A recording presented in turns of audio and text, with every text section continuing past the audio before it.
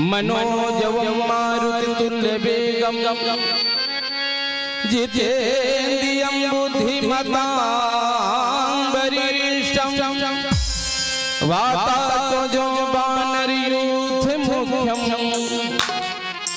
श्रीरामदूतं शरणं प्रपद्ये। आइए जब कोई शुभ कार्य करते हैं तो हनुमान जी का या गणेश जी का आह्वान करते हुए प्रारंभ करते हैं और भैया जी के मुखार बिंदु से भजन श्रवण हो गया है। तो आप भजन जन ही संख्या में हम लोग चल रहे हैं, क्योंकि महाराज जी का भी पदार्पण हो रहा। सभी लोग अपने स्थान पे खड़े हो जाएं और एक बार जोर से जय घोष करेंगे। बोल व्यास जी महाराज की जय।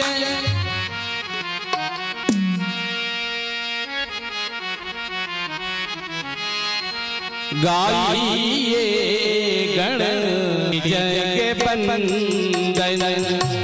गाइए गण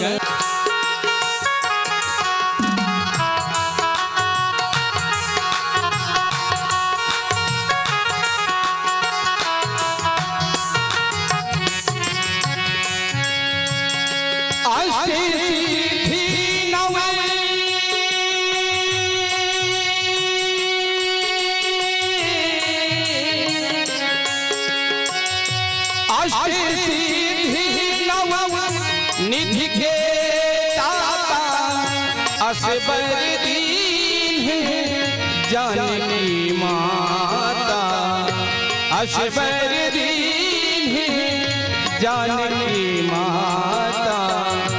गाइए गणपति जय बंदन, गाइए गणपति जय बंदन।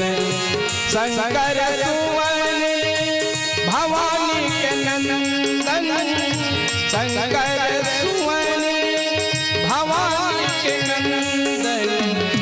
गाइए गणपति जय बंदन, गाइए गणपति जय बंदन।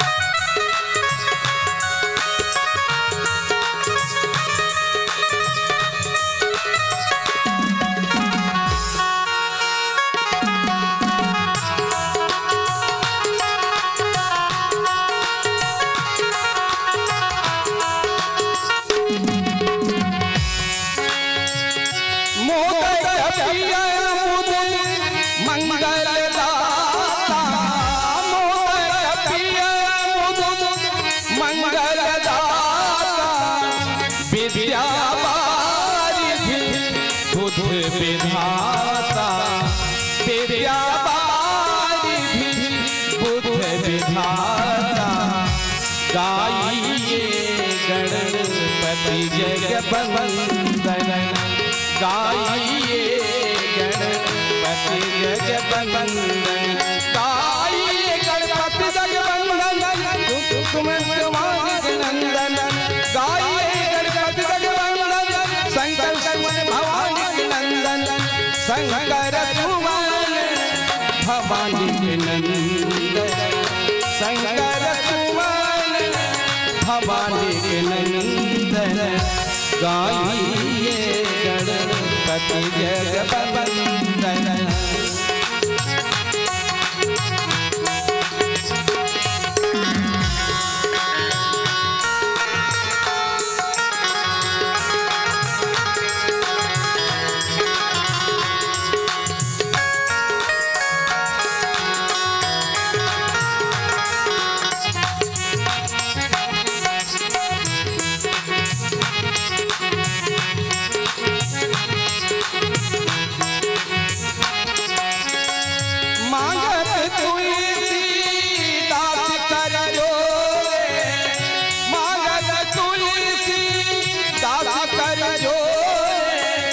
बसहि राम सिया मानस मोरे, बसहि राम सिया मानस मोरे। गाइए गणपति जगबंदन, गाइए गणपति जगबंदन। शंकर सुमन भवानी के नंदन, शंकर सुमन भवानी के नंदन। गाइए गणपति जगबंदन, गाइए गणपति जगबंदन, गाइए गणपति जगबंदन, पति जगबंदन, पति जगबंदन।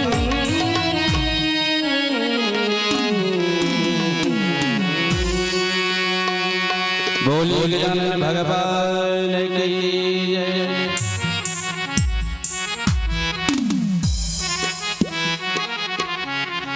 अरे भगवान के सच्चे भक्तों को, भगवान के सच्चे भक्तों को पग पग पे सहारा मिलता है। भगवान के सच्चे भक्तों को पग पग पे सहारा मिलता है। जिस ओर बढ़े जिस ओर चले उस ओर सहारा मिलता है। जिस ओर बढ़े जिस ओर चले उस ओर सहारा मिलता है। भगवान के सच्चे भक्तों को पग पग पे सहारा मिलता है।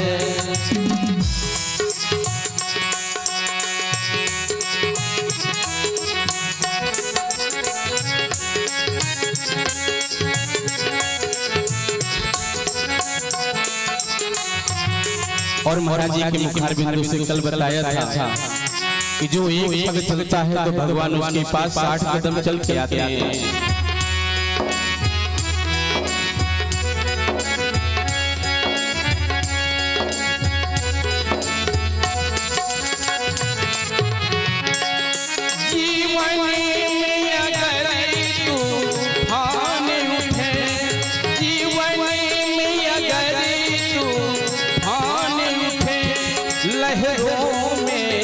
नैया फंस जाए लहरों में, नैया फंस जाए।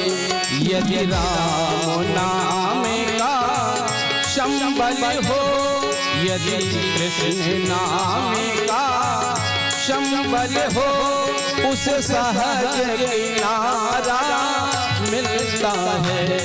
जिस ओर बढ़े जिस ओर चले उस ओर सहारा मिलता है।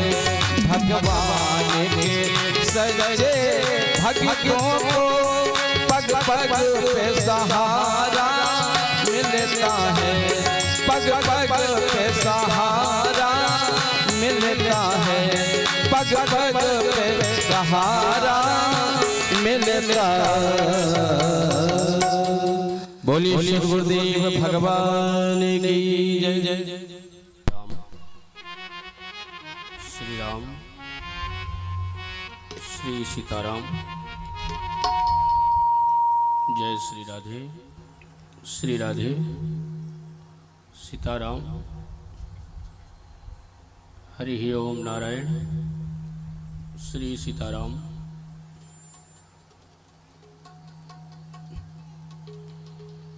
हरि ओम।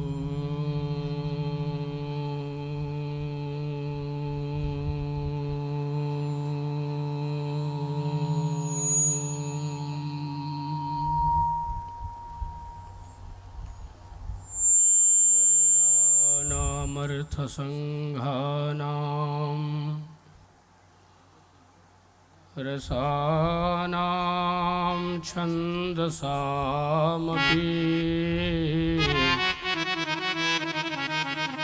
मङ्गलानां च कर्तारौ वन्दे वाणी विनायकौ ध्येयं सदा परिभवघ्नमभीष्टदोहम् तीर्थास्पदं शिवविरिञ्चिनुतं शरण्यम्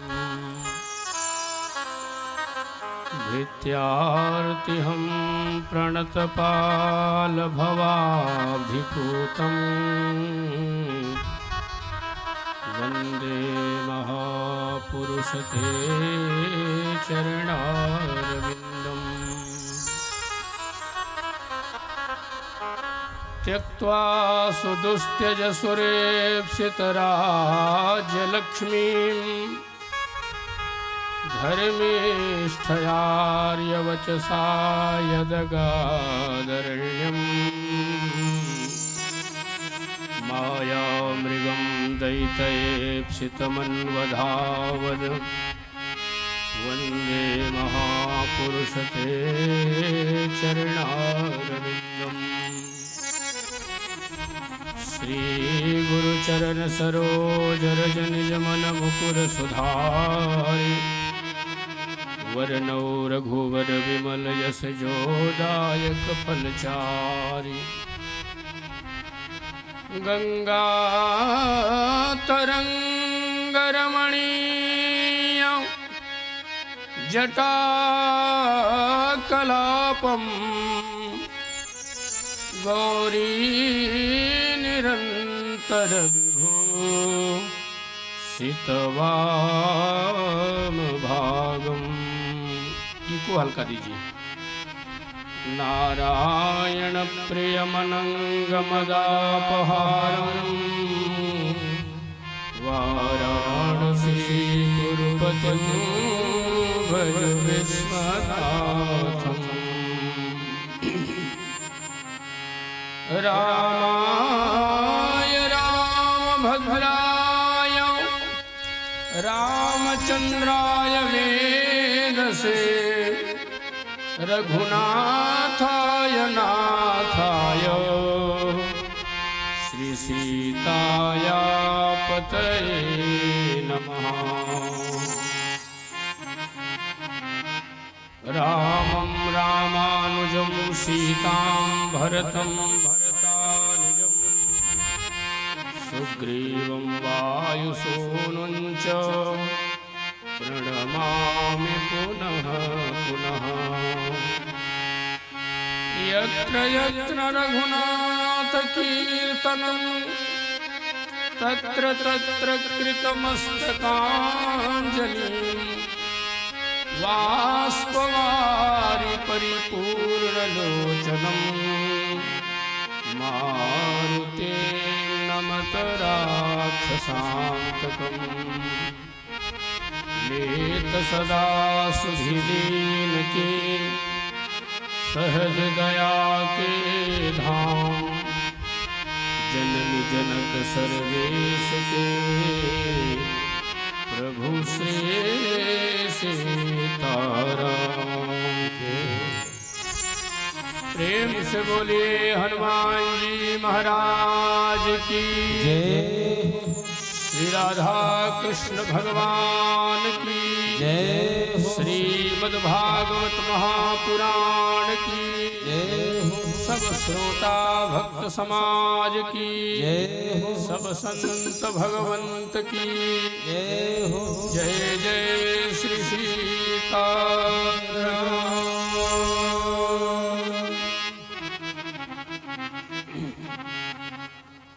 नमः परमहंसा स्वादित चरण कमल जिन्म करंदाय भक्तजन मानस निवासाय श्री रामचंद्राय अकारण करुणा वरुणालय भक्तवांछा कल्पतरु तटित विनिंदित पीतांबरधारी नंद नंदन यशोदा नंदन भगवान श्री कृष्ण की दिव्यवांगमयी प्रतिमूर्ति श्रीमद् भागवत की मंगलमयी कथा को श्रवण करने के लिए हम सभी लोग आज तृतीय दिवस में उपस्थित हुए हैं। आइए मन और वाणी को पवित्र करने के लिए 2 बार भगवान नाम संकीर्तन, तत्पश्चात परमात्मा की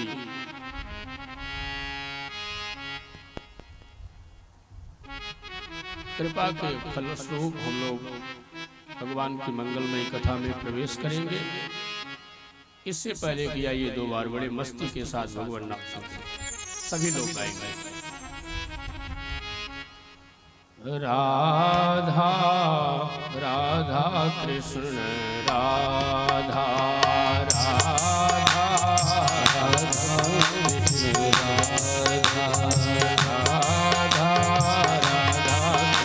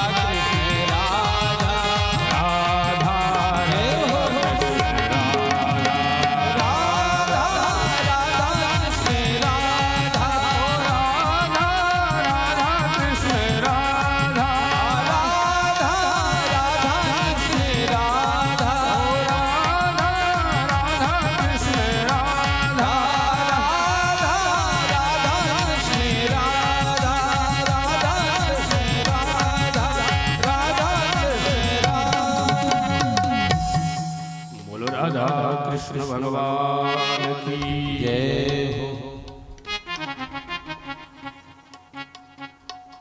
प्यारे सज्जनों,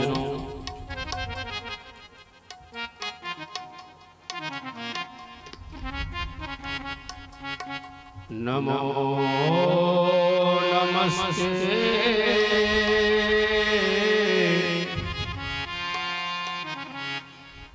नमो नमः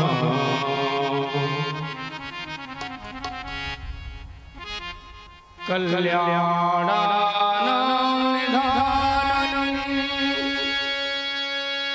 कलिमलमथनं पावनं पावनानां पाथेयं यन्मुमुक्षोः सपदि परपदप्राप्तये प्रस्थितस्य विश्रामस्थानमेकं कविवरवचसां जीवनं सज्जनानां बीजं धर्मद्रुमस्य प्रभवतु भवतां भूते राम नाम। मेरे प्यारे सज्जनों, कहते हैं ये मानव शरीर प्राप्त करने के बाद यदि कोई एक स्थान है विश्राम का, तो वह एकमात्र स्थान भगवान नाम है। भगवान के नाम के बिना संसार के किसी भी सुख में विश्राम नहीं है, और संसार के जितने भी सुख हैं वे सभी क्षणिक सुख हैं। आज हैं कल नहीं रहेंगे, अभी है थोड़े देर में नहीं रहेगा। लेकिन संसार में सुखों की कल्पना करते करते करते करते जीव का अंत हो जाता है, लेकिन सुख की कहीं अनुभूति होती नहीं है। भगवान सुखदेव कहते हैं, राजन परीक्षित, यदि तुम्हें सच्चा विश्राम और सच्चा सुख चाहिए तो मिलता है सच्चा सुख केवल भगवान तुम्हारे चरणों में। एकमात्र परमात्मा का आश्रय ही ऐसा वह दिव्य स्थान है, पावन स्थान है, जहां जीव को पूर्ण विश्राम की प्राप्ति होती है। संसार का नाम है दुखालय। यहाँ कोई बेटे के लिए रो रहा है तो किसी को बेटा है तो वो बेटे से रो रहा है, कोई बेटी के लिए रो रहा है, कोई धन के लिए रो रहा है, कोई गाड़ी के लिए रो रहा है, कोई मान सम्मान पद प्रतिष्ठा के लिए रो रहा है। संसार में ऐसा कोई प्राणी नहीं है जो सुखी हो, कोई न कोई दुख उसे लगा। इसका कारण क्या है? सुखदेव भगवान कहते हैं इसका एक ही कारण है कि वह दुखालय में भी सुख की अनुभूति करता है। काजल की कोठली में कैसो भी सयानो जाए, लेकिन काजल का दाग उसके शरीर में अवश्य लग जाएगा, चाहे थोड़ा ही लगे। ऐसे ही संसार में जन्म लेने वाला, संसार में अवतार लेने वाला, चाहे कितना भी बड़ा ज्ञानी क्यों न हो मेरे मित्रों, उसको जीवन में दुख की अनुभूति अवश्य होती है, यदि परमात्मा से वह दूर है तो। कहते हैं विश्राम स्थानमेकं कविवर वचसाम जीवनम सज्जनानाम। इसीलिए महामहिम जो बड़े बड़े ऋषि, महात्मा, अमलात्मा, विमलात्मा, ऋषींद्र, मुनींद्र, सिद्ध जन होते हैं, वे लोग कहते हैं प्रभु मुझे तो आपके चरण चाहिए। एक प्रसंग आता है, उस प्रसंग में श्री नारद जी महाराज ने जब व्यास जी को समझाया कि व्यास जी, आपने बड़े बड़े राजा रानी, सेठ सिटानी, बड़े बड़े वीरों का, योद्धाओं का, बड़े बड़े पराक्रमियों का चरित्र तो चित्रण किया, लेकिन आपने अपने महाभारत में किसी भक्त का गुणगान नहीं किया। भले ही आपने 1,00,000 श्लोकों का युक्त महाभारत की रचना कर दी, लेकिन आपको विश्राम नहीं मिला। क्यों? क्योंकि इसका कारण यह है कि आपने भगवान के भक्त का आदर नहीं किया। और भगवान की ये वाणी है कि मेरा अपराध कोई कुछ भी कर ले, कुछ भी कह दे, भगवान उसे स्वीकार करते हैं, परंतु भगवान अपने भक्तों का अपकार कभी स्वीकार नहीं करते हैं। क्योंकि जो उपकार भगत कर जो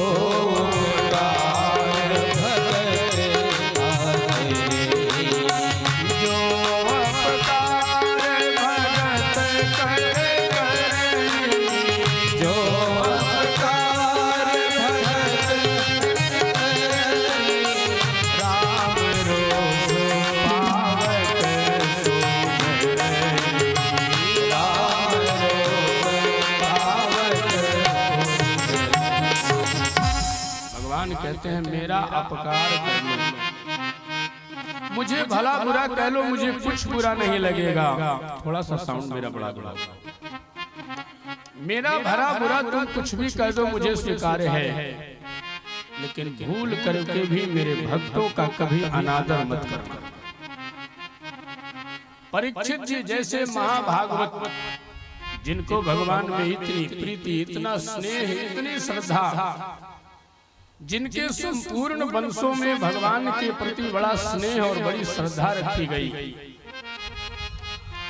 और भगवान के जो अंग उपांग हैं, विप्रधेनु सुर संत हित लीन मनुज अवतार, उन भगवान के बताए हुए पाथेय पर चल करके पांडवों ने प्रत्येक धर्मों का निर्वहन किया, लेकिन गलती से, भूल से, थोड़ा सा बढ़ाइए, थोड़ी सी गलती और थोड़ी भूल क्या हो गई महाराज परीक्षित से कि मृत्यु दंड का शाप प्राप्त हो गया।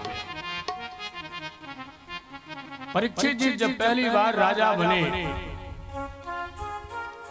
तो अपने राज्य का सत्ता प्राप्त करके परीक्षित जी महाराज दिग्भ्रमण के लिए निकले अपने क्षेत्र में कि देखो मेरा राज्य किस प्रकार से चल रहा है, मेरे राज्य में प्रजाओं को कोई कष्ट तो नहीं।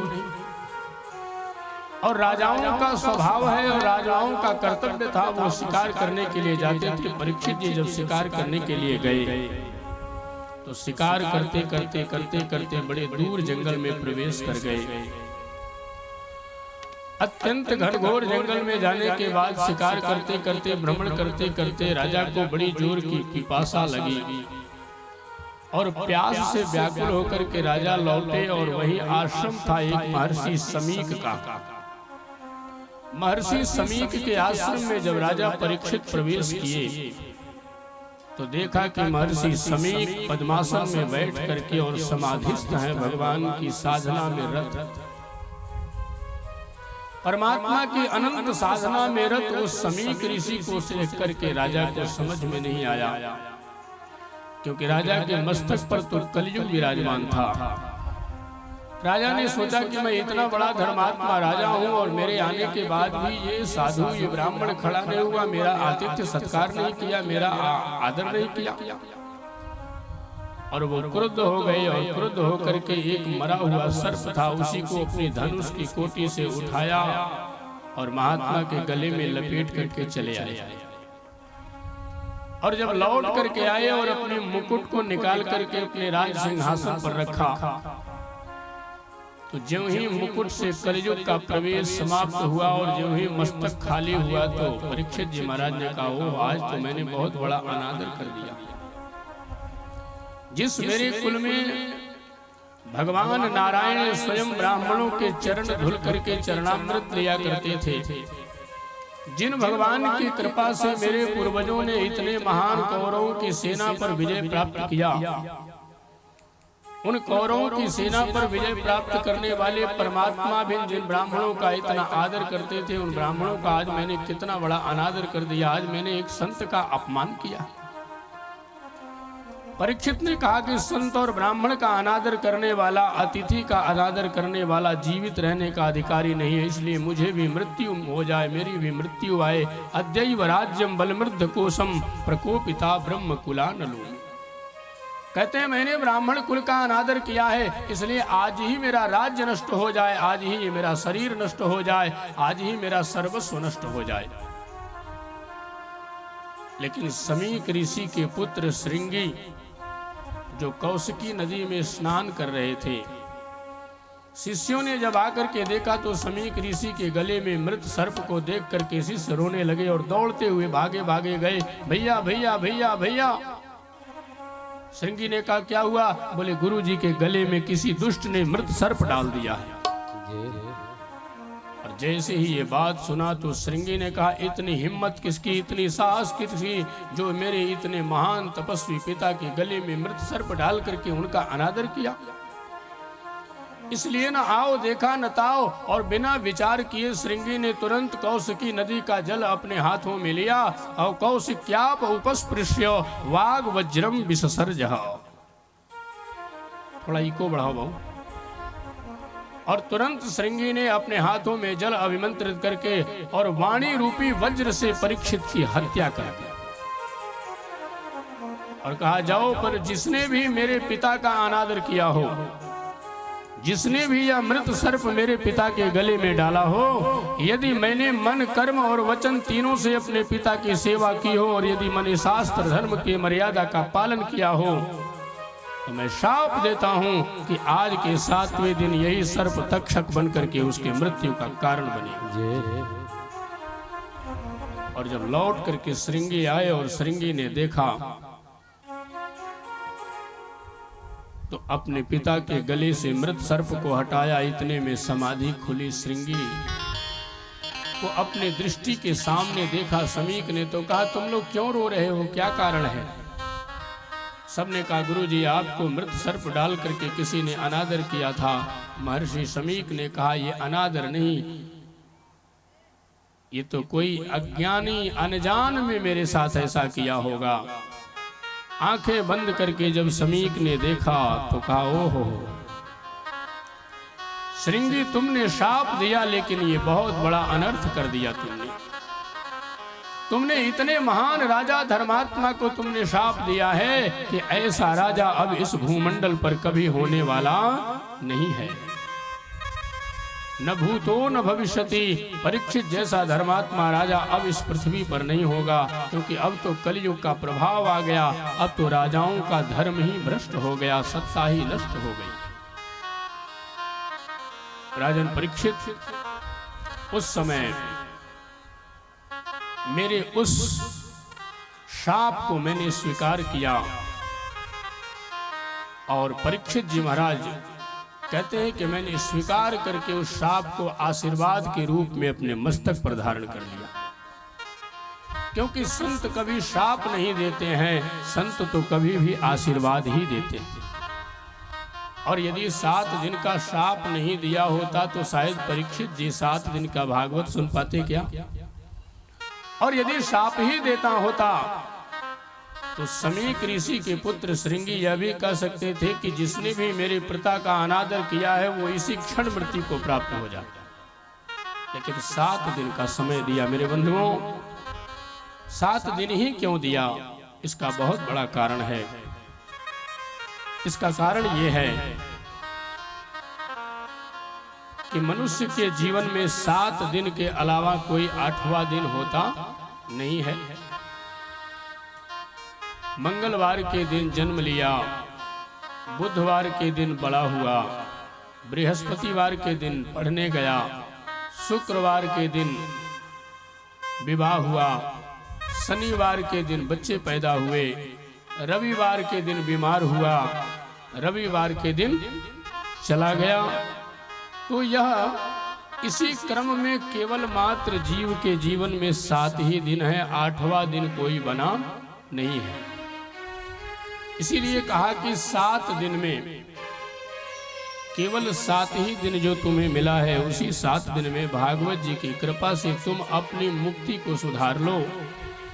क्योंकि जिंदगी संवरे न संवरे, लेकिन मृत्यु जिसकी संवर गई वह जीवन में सब कुछ प्राप्त कर लिया। भगवान ने भी गीता में कहा था कि अंत काले तु ये नैव स्मरण मुक्त्वा कलेवरम। जो प्राणी जीवन में कितना भी पाप करे, दुराचार करे, चाहे वो जाने में करे अथवा अनजान में करे, लेकिन यदि मृत्यु के समय वह भगवान का नाम स्मरण करके मृत्यु को प्राप्त करता है तो वह संसार के समस्त बंधनों से मुक्त होकर के परमात्मा का दिव्य धाम प्राप्त करता है। इसीलिए संत लोग, महात्मा लोग, सभी लोग कहते हैं कि जब मृत्यु का समय आए तो इसके मुख में गंगा जल डाल दो, क्योंकि गंगा जल जब मुख में पड़ेगा तो पवित्र हो जाएगा, और जब पवित्र होकर के भगवान नाम का स्मरण करेगा तो यह भगवान का दिव्य धाम प्राप्त करेगा। परीक्षित जी महाराज से सुखदेव भगवान कहते हैं, राजन, भगवान की कथा सुनना, कीर्तन करना और स्मरण करना यही मानव जीवन का उत्तम लक्ष्य है। और अब मैं तुम्हें ब्रह्मा जी के अनेक प्रकार के सृष्टियों का वर्णन करके सुनाता हूं। ब्रह्मा जी ने अपनी सृष्टि में 9 ब्रह्मर्षियों को प्रकट किया है, और 9 ब्रह्मर्षियों के बाद 10मस्तत्र नारद, 10वें पुत्र के रूप में नारद जी प्रकट हुए। बोलो नारद भगवान की जय। और इधर ब्रह्मा जी ने करदम जी महाराज को प्रकट किया है, और मनु जी महाराज को दाहिने भुजा से और शत्रुपा को बाएं भुजा से प्रकट किया। मनु और शत्रुपा दोनों ने मिलकर के सृष्टि का विस्तार किया, और उनके 3 कन्याएं और 2 पुत्र पैदा हुए। मनु जी महाराज की 3 कन्याएं आकुति, देवहूति और प्रसूति, और 2 पुत्र हुए प्रियव्रत और उत्तानपाद। आकुति का विवाह रुचि प्रजापति के साथ होता है, और देवहूति नाम की जो मध्यम कन्या थी उनका विवाह करदम प्रजापति से होता है, और प्रसूति का विवाह दक्ष प्रजापति के साथ होता है। आकुति मैया के और रुचि प्रजापति के तेज से जो संतान पैदा हुआ, उसी संतान का नाम यज्ञ नारायण पड़ा। बोल यज्ञ नारायण भगवान की जय। जो हम लोग यज्ञ नारायण भगवान की जय बोलते हैं ना, ये रुचि प्रजापति के ही पुत्र हैं भगवान यज्ञ नारायण। और माता देवहूति का जब विवाह हुआ तो करदम जी बहुत बड़े तपस्वी थे, महात्मा थे। करदम जी बहुत घनघोर वन में तप कर रहे थे। उनकी साधना को देख करके एक दिन भगवान वहां प्रकट हुए। परमात्मा को आया देख करके करदम जी ने भगवान को प्रणाम किया, दिव्य आसन पर विराजमान कराया, और हाथ जोड़ करके प्रभु ने कहा, मेरे नाथ, आपकी मैं क्या सेवा करूं। भगवान नारायण ने करदम ऋषि से कहा, करदम, आज मैं तुम्हारी साधना और तपस्या से अत्यंत प्रसन्न हूं, मांगो, क्या मांगना चाहते हो। जो तुम मांगोगे वो मैं तुझे प्रदान कर दूंगा। महर्षि करदम ने कहा, प्रभु आप आए और आपके दर्शन से बढ़कर के जीवन में और सौभाग्य क्या है। भगवान ने कहा, ये तो दर्शन आपको प्राप्त हो गया, लेकिन आप कुछ मांगो, क्योंकि मैं आता हूं तो बिना कुछ दिए जाता नहीं। मेरा आना अमोघ है, मैं जब आता हूं तो बिना कुछ दिए किसी को नहीं जाता हूं। करदम जी सोचते सोचते मन में विचार करके और अंत में कहा, प्रभु यदि आप मुझे देना चाहते हो तो आप मेरे पुत्र के रूप में प्रकट हो जाइए, मैं आपको पुत्र के रूप में प्राप्त करना चाहता हूं। भगवान ने कहा, बाबरे महात्मा, कितने सीधे हो, विचार भी नहीं करते हो।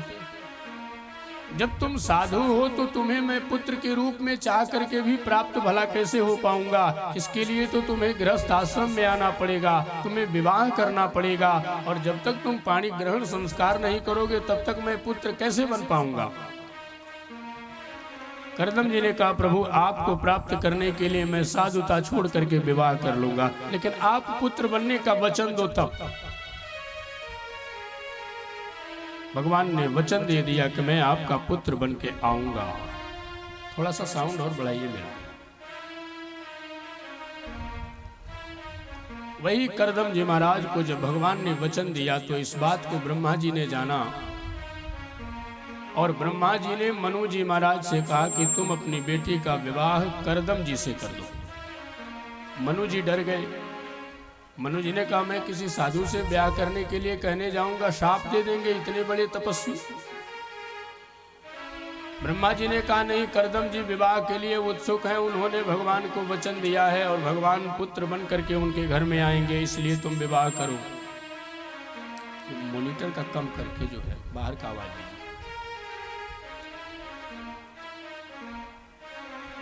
कर्दम जी के पास मनु जी ने कहा मैं अकेले नहीं जाऊंगा, आप भी चलिए तब चलेंगे। ब्रह्मा जी, मनु जी और शत्रुपा जी देवहूति को लेकर के कर्दम ऋषि के आश्रम में पहुंचे। कर्दम जी ने कहा कि मैं विवाह तब करूंगा जब मैं कुछ परीक्षा लूंगा इस कन्या का। परीक्षा के लिए देवहूति तैयार हो गई। स्वामी आप जैसा चाहोगे वैसा मैं परीक्षा देने के लिए तैयार हूं। कर्दम जी ने परीक्षा के रूप में 1000 वर्षों तक तप करने के लिए देवहूति को छोड़ दिया और स्वयं 1000 वर्षों के लिए साधना में बैठ गए। 1000 वर्षों तक कर्दम ने साधना किया और 1000 वर्षों तक देवहूति जहां बैठी थी वहीं की वहीं बैठी रह गई, मैली कुचैली। जब कर्दम जी की समाधि खुली 1 वर्षों के बाद तो देखा कि यहाँ पर तो केवल देवहूति पड़ी है।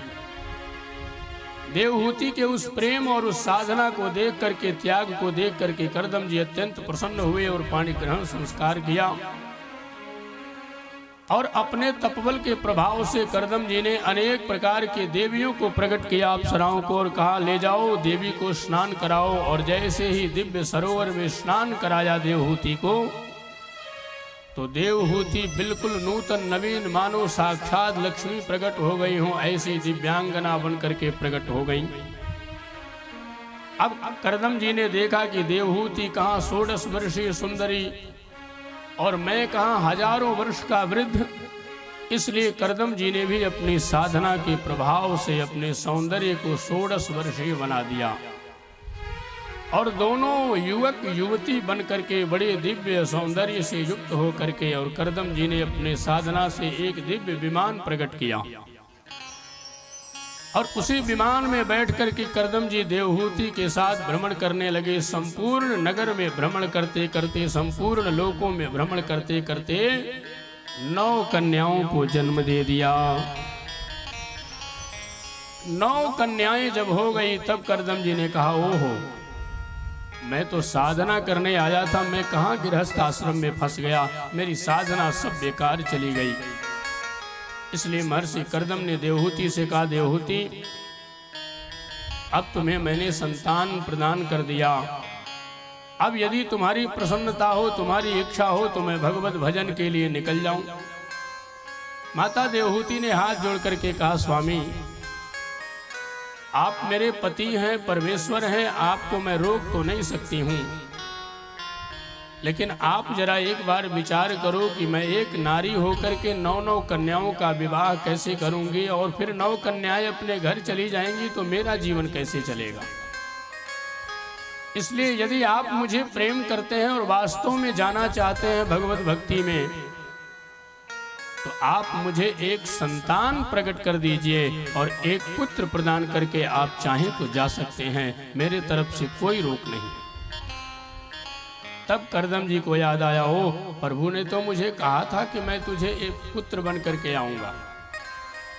फिर कर्दम जी ने जब साधना किया तो माता देवहूति के गर्भ से वही भगवान नारायण कपिल बन करके प्रकट हुए। बोल कपिल देव भगवान की जय। और वही कपिल भगवान ने सांख्य योग का निरूपण किया।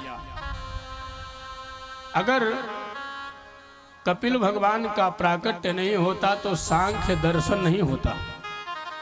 हमारे यहाँ 6 प्रकार के जो शास्त्र हैं, 6 दर्शन जो है उसमें सांख्य योग भी है।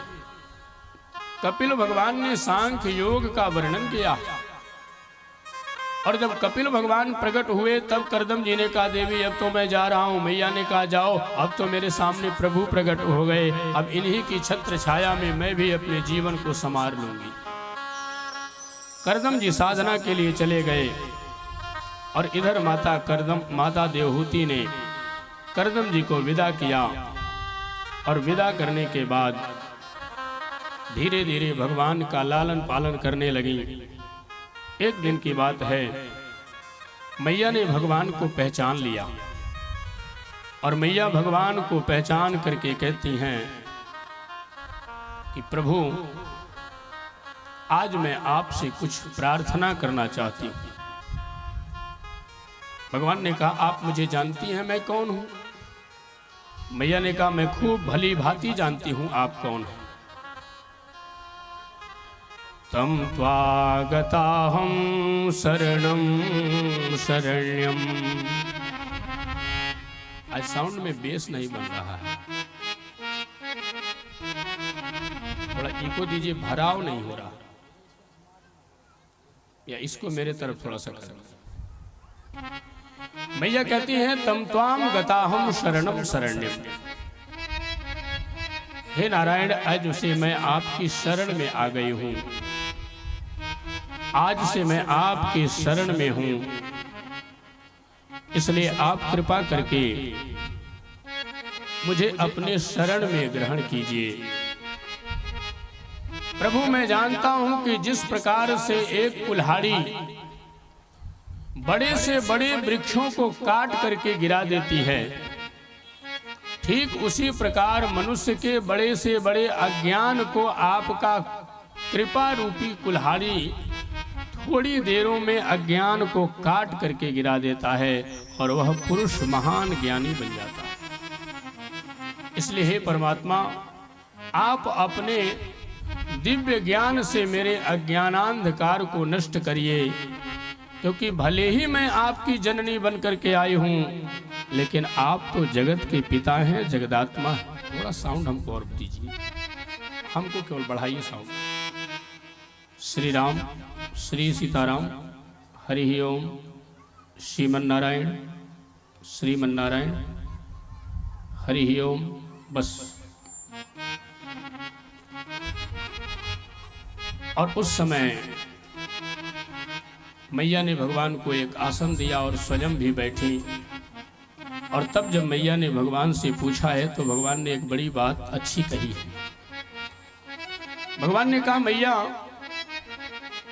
बहुत समय अच्छे में तुमने मुझे पहचान लिया।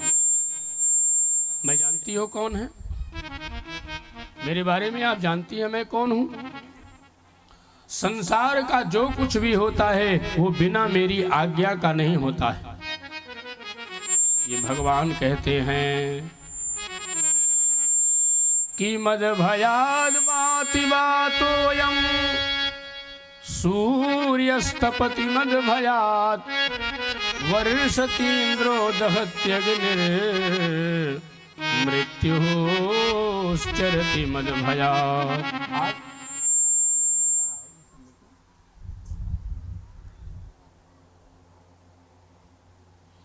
भगवान कहते हैं, मद भयाद बाति बातोयम। इको दीजिए, इको, इसीलिए भराव नहीं है।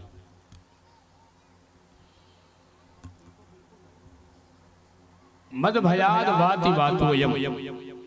हाँ, अब इको आ रहा है और अब इसको थोड़ा कम कर दीजिए। भगवान कहते हैं कि ये वायु भी अगर चलता है तो मेरे भय से, ये सूर्य यदि उगते हैं नित्य और डूबते हैं तो मेरे भय से, और इंद्र भी यदि वर्षा करते हैं तो मेरे भय से, और मेरी माँ अगर ये मृत्यु भी किसी को स्पर्श करती है तो बिना मेरी आज्ञा का स्पर्श नहीं करती। अर्थात भगवान का ये कहना है कि यदि कोई जीव मेरी शरण में आ जाए और मुझे शरण ग्रहण कर ले तो उसको मृत्यु भी कुछ बिगाड़ नहीं सकती। अर्थात संसार के सारे बंधनों से मुक्त होकर के यदि परमात्मा को अपने हृदय में बसा लिया जाए तो संसार का कोई ऐसा वैभव, कोई ऐसा सौंदर्य और कोई ऐसा धाम नहीं है जो भगवान के चरणों में छुप करके जीव को प्राप्त न हो जाए। लेकिन परमात्मा में सच्ची निष्ठा होगी तम। और प्रसूति का विवाह जो है दक्ष प्रजापति से हुआ, जिनकी कथा आप सभी लोग जानते हैं, जन जन जानता है कि प्रसूति की जो सबसे छोटी कन्या थी, उनका विवाह सती का भगवान शंकर के साथ होता है। और दक्ष प्रजापति का अनादर समझ करके दक्ष प्रजापति ने शंकर जी से विद्वेष कर लिया, बैर कर लिया कि शिव ने मेरा आदर नहीं किया। तो आदर का भावना रखने वाला दक्ष प्रजापति, अभिमानी दक्ष प्रजापति का शिव जी ने मान भंग किया और यज्ञ को विध्वंस किया। और जब दक्ष प्रजापति का यज्ञ विध्वंस हुआ तब भगवान शिव क्रुद्ध हो गए और क्रुद्ध होकर के उसके यज्ञ को असफल किया। अंत में भगवान नारायण ने शिव जी से प्रार्थना किया कि प्रभु, जब आप ही नहीं रहेंगे तो यज्ञ का पूर्णता कैसे हो पाएगा, क्योंकि शिव का मतलब होता है कल्याण। शिव का अर्थ क्या होता है? कल्याण। जहां शिव नहीं है वहां कल्याण नहीं हो सकता है। इसलिए शिव जी को पुनः प्रसन्न किया गया और भगवान शिव ने प्रसन्न होकर के उस यज्ञ को पूर्ण किया। मेरे बंधुओं, यज्ञ की पूर्ति के बाद दक्ष प्रजापति ने भी भगवान से क्षमा प्रार्थना किया, प्रभु मैं न जान सका आपके प्रभाव को, हम अज्ञानी हैं, आप परमात्मा हैं, आप प्रभु मेरे अवगुण को क्षमा कर दो। भगवान तो बड़े दयालु हैं, बड़े कृपालु हैं, क्योंकि उनकी करुणा और उनकी ममता में कहीं किसी प्रकार की कोई कमी नहीं है। कमी तो हम अभागों में है, जो भगवान में भी हम लोग कमी देखते हैं।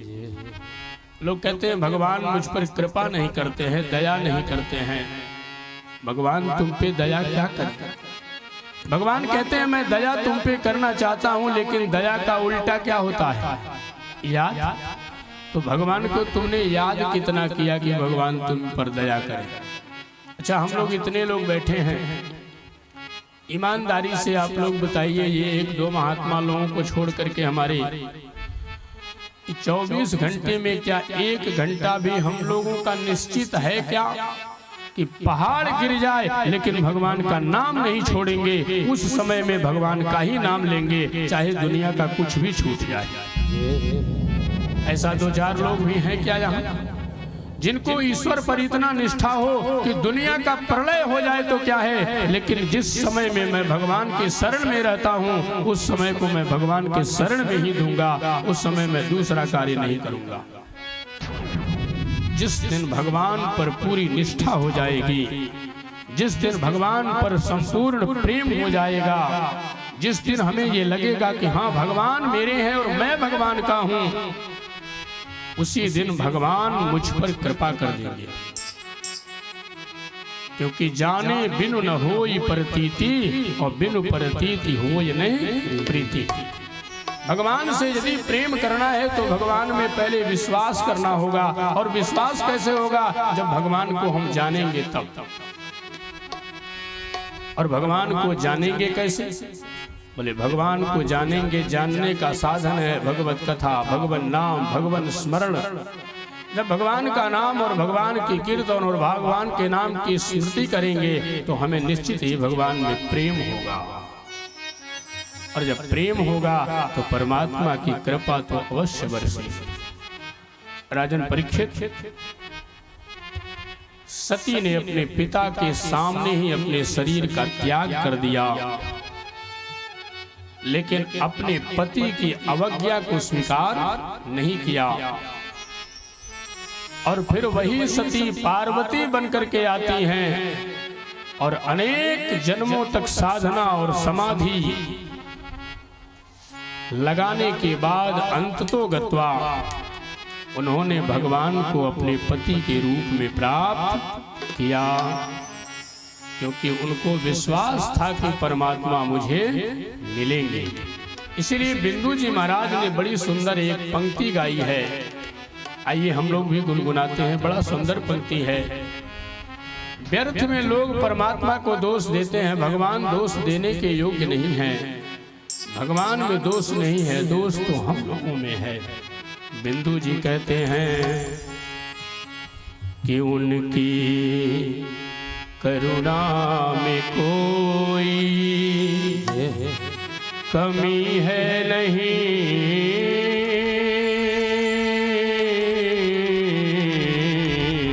उनकी करुणा में कोई कमी है नहीं, पात्रता में हमारे कमी रह गई, उनकी करुणा में कोई कमी है नहीं, उनकी करुणा में कोई कमी है नहीं, पात्रता में हमारी कमी रह गई, उनकी समता में कोई कमी है नहीं, योग्यता में हमारी कमी रह गई, प्रभु की ममता में कोई कमी है नहीं, प्रभु की ममता में कोई कमी है नहीं, पुत्रता में हमारी कमी रह गई, उनकी करुणा में कोई।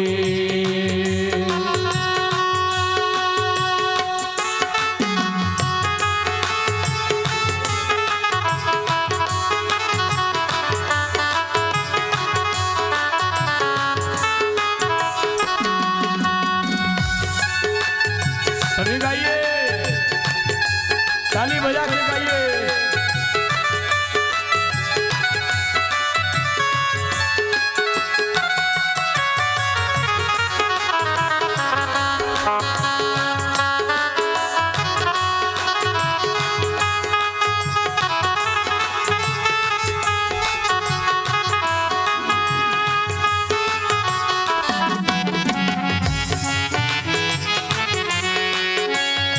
ओ देव दुर्लभ दया देह प्रभु ने हमें, देव दुर्लभ दिया देह प्रभु ने हमें, देव दुर्लभ दिया देह प्रभु ने हमें, देव दुर्लभ दिया देह प्रभु ने हमें, जो है आगर सुख साधनों का भी घर, जो है आधार सुख साधनों, जो है आगर सुख साधनों का भी घर, जो है आधार सुख साधनों का, उनकी ममता में कोई हो,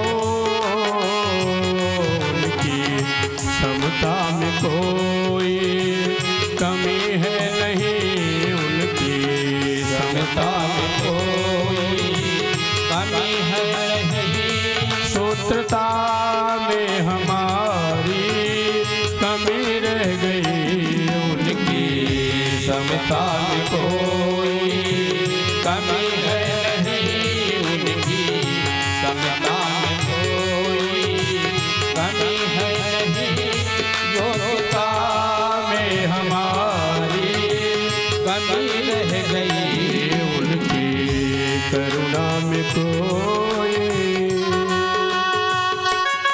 सभी गाइए हरि बोल।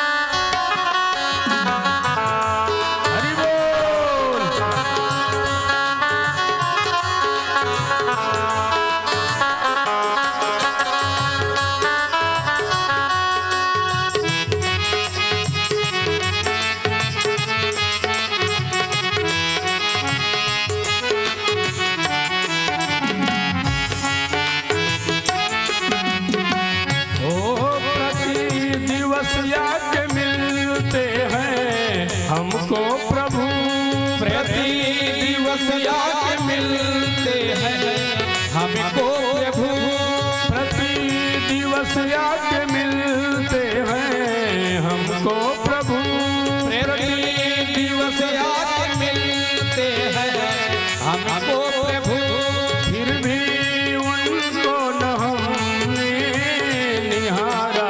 अरे फिर भी उनको न हमने निहारा। अरे ओ फिर भी उनको न हमने निहारा। अरे फिर भी उनको न हमने निहारा। अरे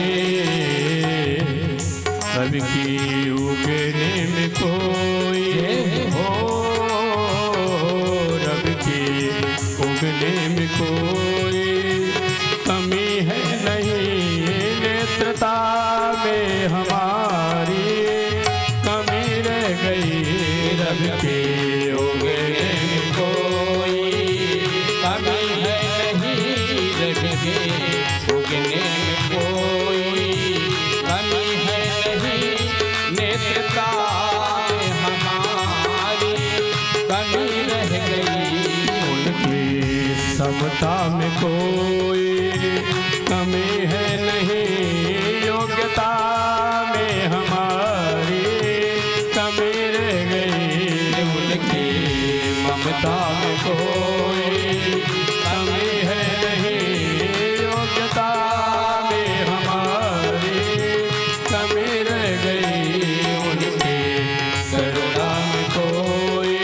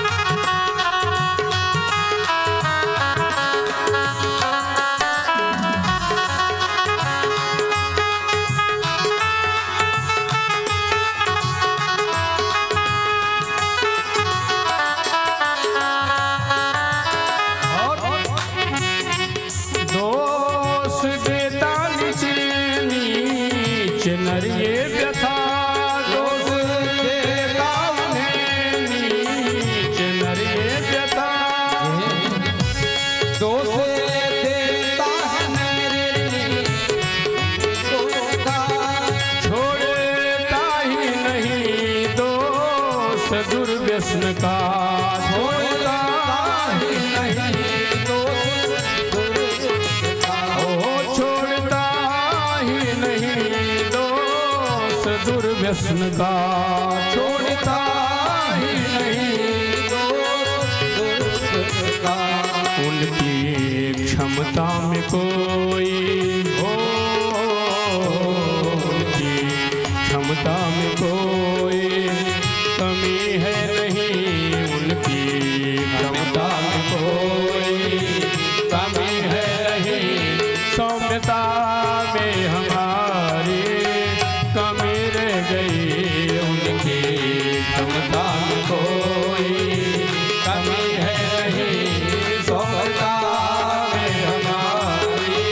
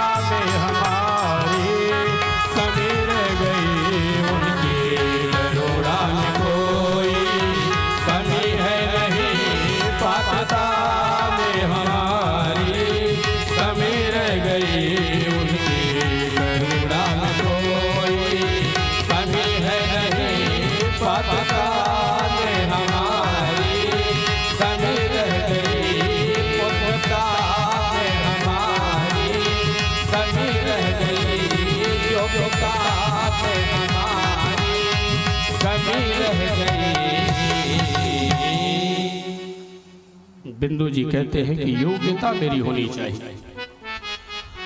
हम जब तक अयोग्य है परमात्मा कृपा करके करेंगे क्या? क्योंकि भगवान की तो वाणी है, भगवान ने वचन दिया है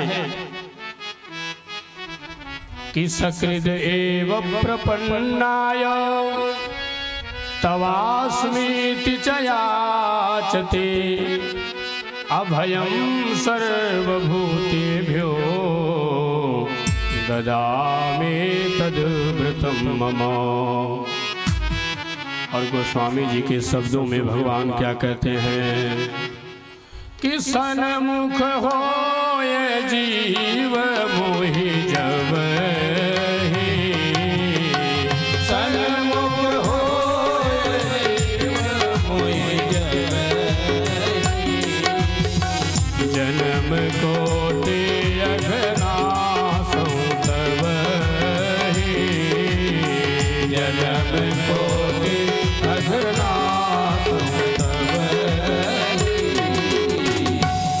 भगवान कहते हैं करोड़ों जन्मों का पाप नष्ट कर दूंगा। एक बार आ तो सही तुम मेरे सामने, और जो आओ तुम एक पग तो मैं आऊं पग 60। ये भगवान की प्रतिज्ञा है, ये भगवान का संकल्प है। लेकिन यदि इसके बाद भी हमारे मन में न आए तो क्या करें? हमारे यहाँ तो कहते हैं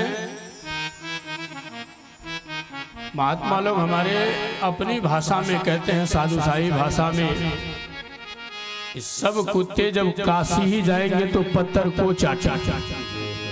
सब जब भगवान का ही प्यारा हो जाएगा, जब सब भगवान का ही भक्त हो जाएगा तो इन राक्षसों का क्या होगा? क्योंकि ये तो कॉम्बिनेशन है संसार में ना, अच्छे और बुरे का। तो सब भगवान के भक्त नहीं हो सकते। जिस समय भगवान नारायण आते हैं, जिस समय भगवान राम आते हैं, तो उसी लंका में यदि विभीषण आते हैं तो उसी लंका में रावण भी पैदा है। यदि जिस अयोध्या में भगवान श्री राम आते हैं, उस अयोध्या में राम, लक्ष्मण, भरत, शत्रुघ्न और दशरथ जैसे महाप्रतापी भगवान नारायण के अंश आते हैं, स्वयं भगवान आते हैं, तो उसी अयोध्या में मंथरा भी आती है। इसलिए दो से बना है, इसीलिए इसका नाम है दुनिया। दुनिया नाम क्यों है? दो से बना है। तीसरे की इसमें कोई अहमियत नहीं है। दिन है तो रात है, सुबह है तो शाम है, आज है तो कल है, पुरुष है तो स्त्री है, अपना है तो पराया है, आकाश है तो पाताल है। अर्थात दो से जो निर्मित हुआ है उसी को तो दुनिया कहते हैं। और यह संसार का सृजन परमात्मा करते हैं।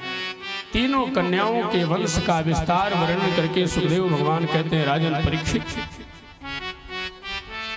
प्रियव्रत और उत्तानपाद दो जो पुत्र हुए मनु जी के, उन्हीं में उत्तानपाद नाम के जो पुत्र थे उनकी दो पत्नियां थीं। एक का नाम था सुनीति और एक का नाम था सुरुचि। हम जितने लोग बैठे हैं सबकी दो पत्नियां हैं। विचार दो ही होते हैं, अच्छे और बुरे। कहते हैं जो अच्छा विचार है वही सुनीति है और जो बुरे विचार है वही सुरुचि है।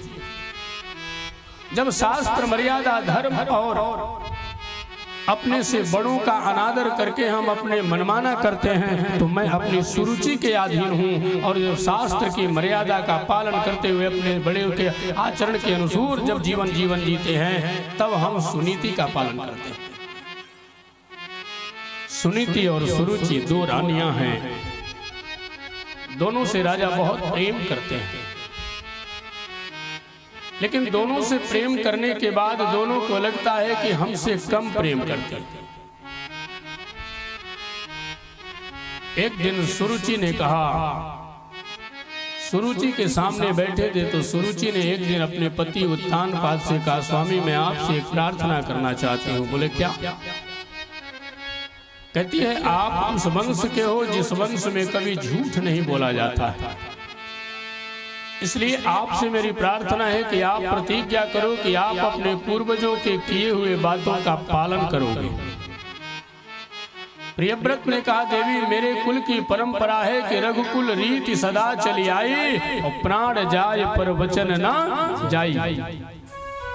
मैं तुम्हें वचन देता हूं कि मैं तुमसे झूठ नहीं बोलूंगा। बोलो क्या मांगना चाहती हो, जो मांगोगे मैं तुझे प्रदान कर दूंगा। सुरुचि कहती है कि सत्य प्रतिज्ञा यदि करते हो तो आप पहले मुझे ये बताओ, सत्य बोलना कि आप सुनीति को ज्यादा प्यार करते हो अथवा मुझे ज्यादा प्रेम करते हो।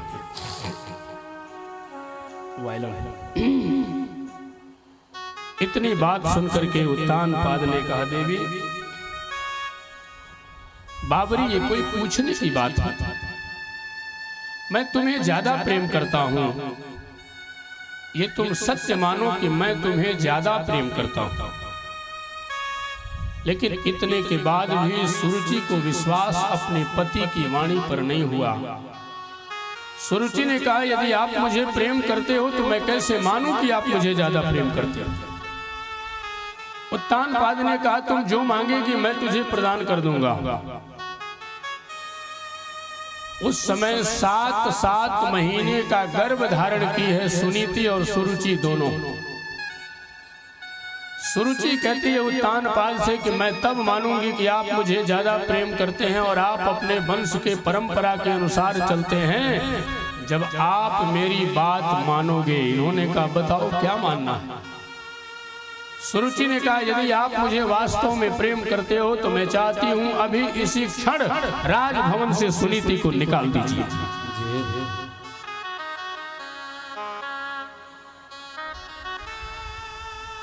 उत्तानपाद ने कहा, देवी ये कोई मांगने की चीज है। मेरे राज्य में जितना अधिकार तुम्हारा है ठीक उतना ही अधिकार सुनीति का भी है, तो राज्य से निकालने का तो कोई बात ही नहीं आती।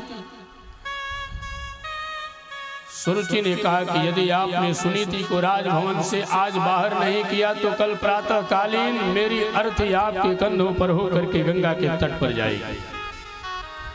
सोच लो, जीते जी सुनीति को राजभवन से निकाल पाओगे या मरने के बाद सुरुचि को राजभवन से निकाल पाओगे। निर्णय आपके हाथों में है और अविलंब निर्णय करके मुझे बता दो।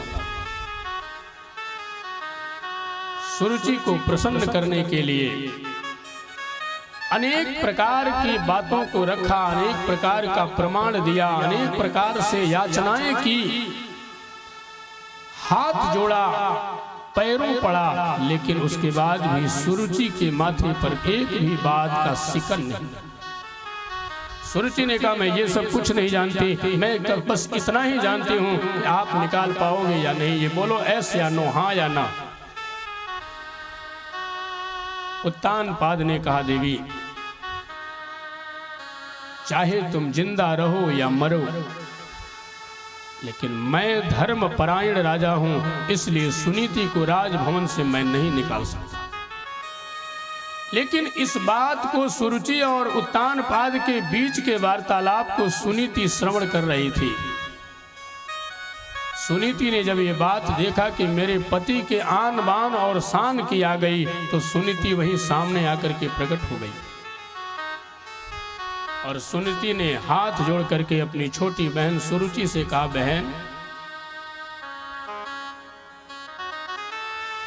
केवल मेरे जाने से यदि मेरे कुल की रक्षा हो जाती है, यदि केवल मेरे घर त्याग देने से तुझ जैसी छोटी बहन को शांति प्राप्त हो जाती है, यदि मेरे पति का यश कीर्ति और वैभव अमर हो जाता है मेरे घर निकल जाने से, तो जा, मैं तुझे वचन देती हूं कि कल प्रातः कालीन नहीं होने दूंगी, सूर्योदय से पहले मैं राजभवन को छोड़ करके निकल जाऊंगा। और तुरंत सुनीति ने जो वस्त्र अपने शरीर पर धारण किया था, राजन परीक्षित, एकमात्र उसी वस्त्र को धारण किए सुनीति राजभवन को छोड़ करके चौखट पर मस्तक रख करके प्रणाम करके अपने पूर्वजों का आदर और मान सम्मान को रखने के लिए सुनीति घर से बाहर निकल पड़ी और जंगल में जाकर के सुनीति जीवन यापन करने लगी। कालांतर आने पर राजभवन में सुरुचि ने भी एक पुत्र को जन्म दिया और जंगल में सुनीति ने भी एक पुत्र को जन्म दिया।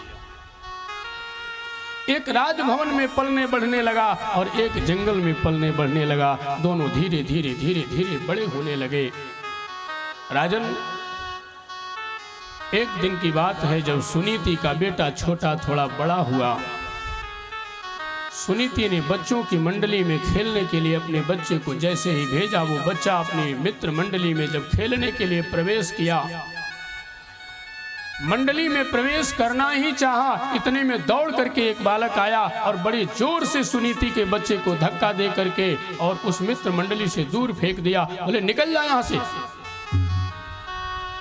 तेरे जैसे बिना पिता के पुत्र को मेरे मंडली में खेलने का अधिकार नहीं है, क्यों रो रहे हो? छोटा सा बच्चा आज अपनी मां से कहता है, मां, आज तक तुमने मुझसे इतनी बड़ी राज की बातें छुपा कर रखी थी, लेकिन आज तुझे बताना पड़ेगा। यदि तू अपने बच्चे का प्रेम चाहती है और अपने बच्चे का जीवन चाहती है तो आज तुझे सत्य बोलना पड़ेगा मेरी मां। मैया ने कहा, बेटा तुझसे प्यारा मेरा दुनिया में और कौन है, तू ही तो मेरा लाल है, बता तुझे क्या पूछना है, मैं तुझे सत्य बताऊंगी।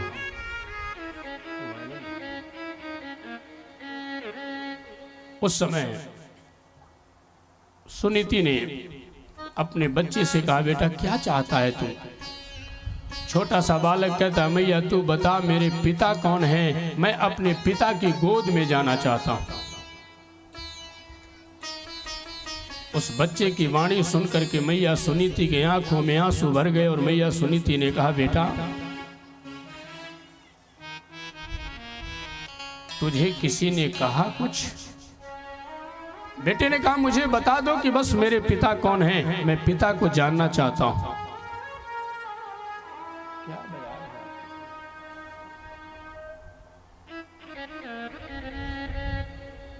सुनीति ने कहा, बेटा तुम्हारे पिता चक्रवर्ती धर्म सम्राट महाराज उत्तानपाद। बच्चे को और अविश्वास हो गया, क्योंकि एक चक्रवर्ती सम्राट का बेटा जंगल में जीवन जिए, ये विश्वास कहां तक होने वाला। बच्चे ने कहा, मां यदि वो चक्रवर्ती सम्राट मेरे पिता हैं तो आप जंगल में क्यों रहती हो? मैया ने कहा, बेटा इन सब बातों को तुम्हें जानने के योग्य नहीं है। यदि तुम पिता की गोद चाहते हो तो जाओ और तुम्हें पिता की गोद मिलेगी। तुम जंगल से निकल करके जाओ और तुझे पिता की गोद मिलेगी। थोड़ा साउंड आ गया। और जैसे ही वो बालक आया है और आकर के उत्तानपाद की गोदी में ज्यों बैठा, सुरुचि घर में से निकली और हाथ पकड़ करके पिता की गोद से उठा करके बच्चे को बाहर फेंक दिया। बोले निकल जा यहां से। बच्चे ने कहा, मां मुझे भी पिता की गोद में बैठनी है, मेरी मैया ने मुझे भेजा है पिता की गोद में बैठने के लिए। सुरुचि ने कहा, उस अभागन मां की गोद में जन्म लेने वाला कभी उत्तानपाद की गोदी में नहीं बैठ सकता है। यदि तुझे पिता की गोद चाहिए और यदि तू पिता की गोद में बैठना चाहता है तो तुझे अभी मरना पड़ेगा, और अभी मर करके इस शरीर को नष्ट करके और पुनः तुझे मेरे गर्भ में आना पड़ेगा, और जब मैं तुझे जन्म दूंगी तब तुझे पिता की गोद मिलेगी।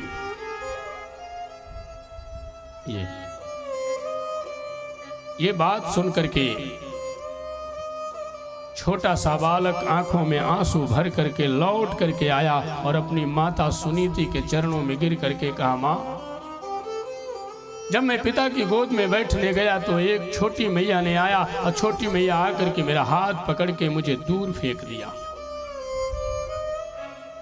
और मुझे कहा कि जब तू मरेगा और मर करके मेरी गोद में आएगा और जब मेरे गर्भ से जन्म लेगा तब तुझे पिता की गोद मिलेगी। बाहरी माता सुनीति, संतोष में बहुत धन होता है मेरे बंधुओं। सुनीति कितनी महान नारी है। यदि सुनीति चाहती आज की नारी होती तो हाथ पकड़ के बच्चे को ले जाती और ले जाकर के कहती, उत्तानपाद निकलो राजभवन से और इसी समय सिंहासन में आधा बंटवारा कर दो, आधा राज सत्ता मेरा और आधा सुरुचि का। लेकिन माता सुनीति ने कहा बेटा कोई बात नहीं, यदि सुनीति ने कहा है कि तुझे मर करके उसके गर्भ में जाकर के जन्म लेकर के तब तुझे पिता की गोद मिलेगी, तो ये राजभवन में रहने वाली तुम्हारी राजरानी माँ ने कहा है, लेकिन मैं एक गरीब माँ तुझे वचन देती हूँ कि तुझे पिता की गोद में बैठनी है ना। एक राजरानी माँ तेरी उस पिता की गोद में बैठाना चाहती है जिस पिता का एक पल का भी ठिकाना नहीं है कि कब प्राण रहे और कब न रहे। लेकिन मैं एक गरीब माँ होकर के तुझे वचन देती हूँ कि मैं तुझे ऐसे पिता की गोद में बैठाऊंगी जिस पिता की गोद से दुनिया में कोई माई का लाल तुझे कभी उतार नहीं सकता है। मैं तुझे जगत पिता की गोद में बैठाऊंगी। और उसी समय मैया ने अपने बच्चे को, अपने आंचल को फाड़ दिया मां ने, और सुनीति ने आंचल को फाड़ करके अपने हाथों से एक बलकल बनाया और उस बलकल को, उस बच्चे को धारण करा करके कहा चले जाओ बेटा और इसी जंगल की ओर तुम प्रवेश करो और तुम्हें कहीं डिगना नहीं है, निडर होकर के तुम जंगल में बढ़ते रहना। और एक दिन तुझे इसी जंगल में भगवान नारायण दर्शन देने के लिए आएंगे और इसी जंगल में तुझे भगवान जगत पिता की गोद प्राप्त होगी। अपनी गरीब माँ की वाणी पर विश्वास करके वह बालक तुरंत राज भवन का परित्याग करके मात्र 4.5 वर्ष की आयु में वह बालक अपनी माता की सत्यवाणी पर पूर्ण विश्वास करके और मां के चरणों में मस्तक रख करके नमन किया और वन की ओर प्रस्थान कर गया। राजन, थोड़े दूर जाने के बाद भगवान क्षीर सागर में शयन कर रहे थे। भगवान की अचानक निद्रा खुली और ज्यों भगवान उठ करके बैठे, लक्ष्मी जी पाद संवाहन कर रही थी। मैया ने कहा स्वामी क्या हुआ? भगवान ने कहा देवी, उत्तान पाद का पुत्र मुझे प्राप्त करने के लिए आ रहा है और मुझे वही प्राप्त करता है जो मेरी दीक्षा से दीक्षित होता है, क्योंकि विष्णु दीक्षा विहीना नाम नाधिकारः कथा श्रवीत। शास्त्र कहता है कि जो वैष्णव नहीं है उनको वैष्णव दीक्षा लेने के बाद ही भगवान की कथा सुनने का अधिकार प्राप्त होता है। और जिसने भगवान विष्णु की दीक्षा ग्रहण कर ली है, यदि वो भूल से भी एक बार भगवत कथा सुन ले तो उसे भगवान का परम धाम प्राप्त हो जाता है। ये वैष्णवता की पहचान है। नारद जी को बुलाया और भगवान ने नारद जी से कहा, नारद जी आप जैसा परमहंस ज्ञानी अमलात्मा विमलात्मा ऋषि ब्रह्मचारी मेरी दृष्टि में अभी कोई है नहीं, इसलिए आप जाइए और जाकर के उत्तान पाद के पुत्र को विष्णु दीक्षा दीजिए, मेरा मंत्र प्रदान कीजिए, क्योंकि जब तक मेरा मंत्र नहीं मिलेगा वो मेरी साधना नहीं कर पाएगा, और जब साधना नहीं करेगा तो मैं उसे प्राप्त भला कैसे होऊंगा। छोटे से बालक को आकर के नारद जी ने देखा। नारद जी खड़े हो गए मार्ग में, बच्चा चलते आ रहा है, चलते आ रहा है। नारद जी ने कहा ठहर जाओ, और जैसे ही बच्चा ठहरा, रुक गया, बच्चे ने कहा आप कौन हैं? श्री नारद जी ने कहा मैं नारद हूं, ब्रह्मपुत्र नारद। बच्चे ने कहा प्रभु आपकी मैं क्या सेवा करूं? मेरी माँ आपकी चर्चा करती है, मेरी माँ कहती है कि नारद जी भगवान के परम भागवत हैं, मैं आपकी क्या सेवा करूं गुरुदेव, मेरे पास तो कुछ नहीं है। नारद जी ने कहा बेटा तुम बड़े भोले भाले हो, बड़े सीधे हो, तुम्हारी अभी 4.5 वर्ष की अवस्था हुई है, तुम लौट जाओ, अभी तुम्हारा खेलने और कूदने का समय है, तुम्हें माता और पिता का प्रेम आह्लाद प्राप्त करने का समय है, अभी तुम्हें साधना करने का समय नहीं है, इसलिए पुत्र तुम लौट जाओ, साधना करने का समय तो अभी बहुत है। छोटे से बच्चे ने हाथ जोड़ करके नारद जी से कहा बाबा आपने बड़ी अच्छी बात कही है। नारद जी ने कहा तुम जाओगे तो इसमें बड़े बड़े दुर्दांत दैत्य हैं, बड़े बड़े जानवर हैं, सिंह हैं, तुझे खा जाएंगे। बच्चे ने हाथ जोड़ करके कहा बाबा आपके मुख से ऐसी वाणी शोभा नहीं देती। आपने मुझे कहा कि सिंह खा जाएगा, आपने कहा मुझे दैत्य खा जाएंगे, लेकिन मैं जानता हूं मेरी गरीब मां ने मुझे आशीर्वाद दिया है और मेरी मां की वाणी है कि मुझे परमात्मा मिलेंगे पिता के रूप में। तो यदि मेरी मां ने मुझे कहा है तो दुनिया का कोई माई का लाल मुझे डिगा नहीं सकता है। मैं परम पिता परमात्मा को प्राप्त करके रहूंगा। इसलिए बाबा आप मेरा मार्ग प्रशस्त कीजिए, आप मुझे आदेश दीजिए, मुझे जाने दीजिए। नारद जी भी उस बच्चे के अटूट मातृ प्रेम को समझ लिए और नारद जी ने उस बच्चे को तुरंत दीक्षा दे दिया। और वह बच्चा दीक्षित होकर के नारद जी से आशीर्वाद लेकर के, अभी तक केवल मां का आशीर्वाद था भगवत प्राप्ति में, लेकिन अब गुरु का भी आशीर्वाद प्राप्त हो गया। और जब गुरु का आशीर्वाद प्राप्त हुआ तब भगवत प्राप्ति से कौन रोक सकता है महाराज। और वह बालक आया, नारद जी ने कहा चले जाओ मधुबन में, वृंदावन के पावन नगरी, और वृंदावन के सरजू जी के तट पर एक मधुबन नाम का ग्राम है, उसी मधुबन के निकट चले जाओ और वहीं तुझे परमात्मा एक दिन अवश्य दर्शन देंगे, भगवान तुझसे मिलने आएंगे। और वह बालक जब आया है, प्रथम महीने में जब उसने साधना की तो भगवान नहीं आए। दूसरे महीने वह बालक प्रसाद पाना ही बंद कर दिया। जब दूसरे महीने बिना प्रसाद की साधना किया तब भी भगवान जब नहीं आए तो तीसरे महीने से फलाहार प्रारंभ किया।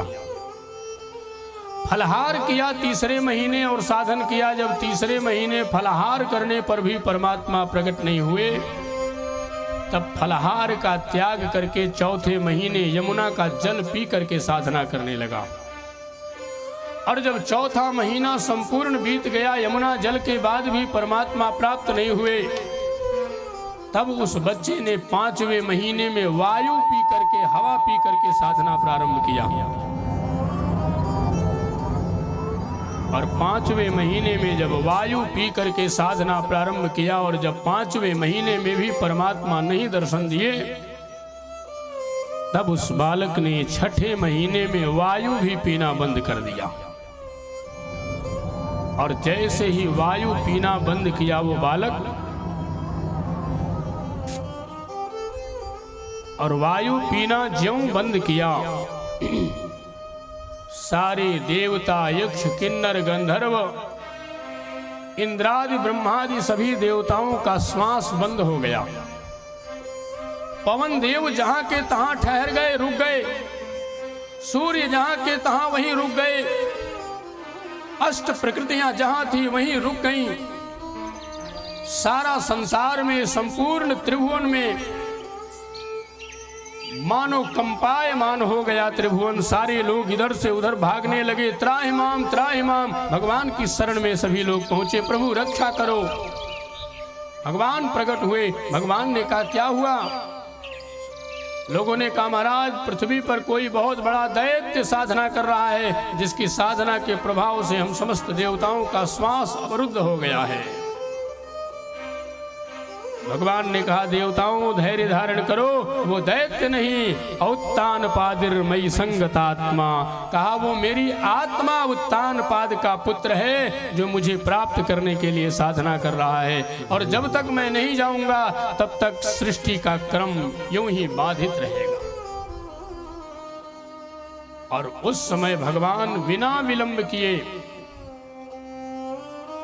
और मधोर्वनम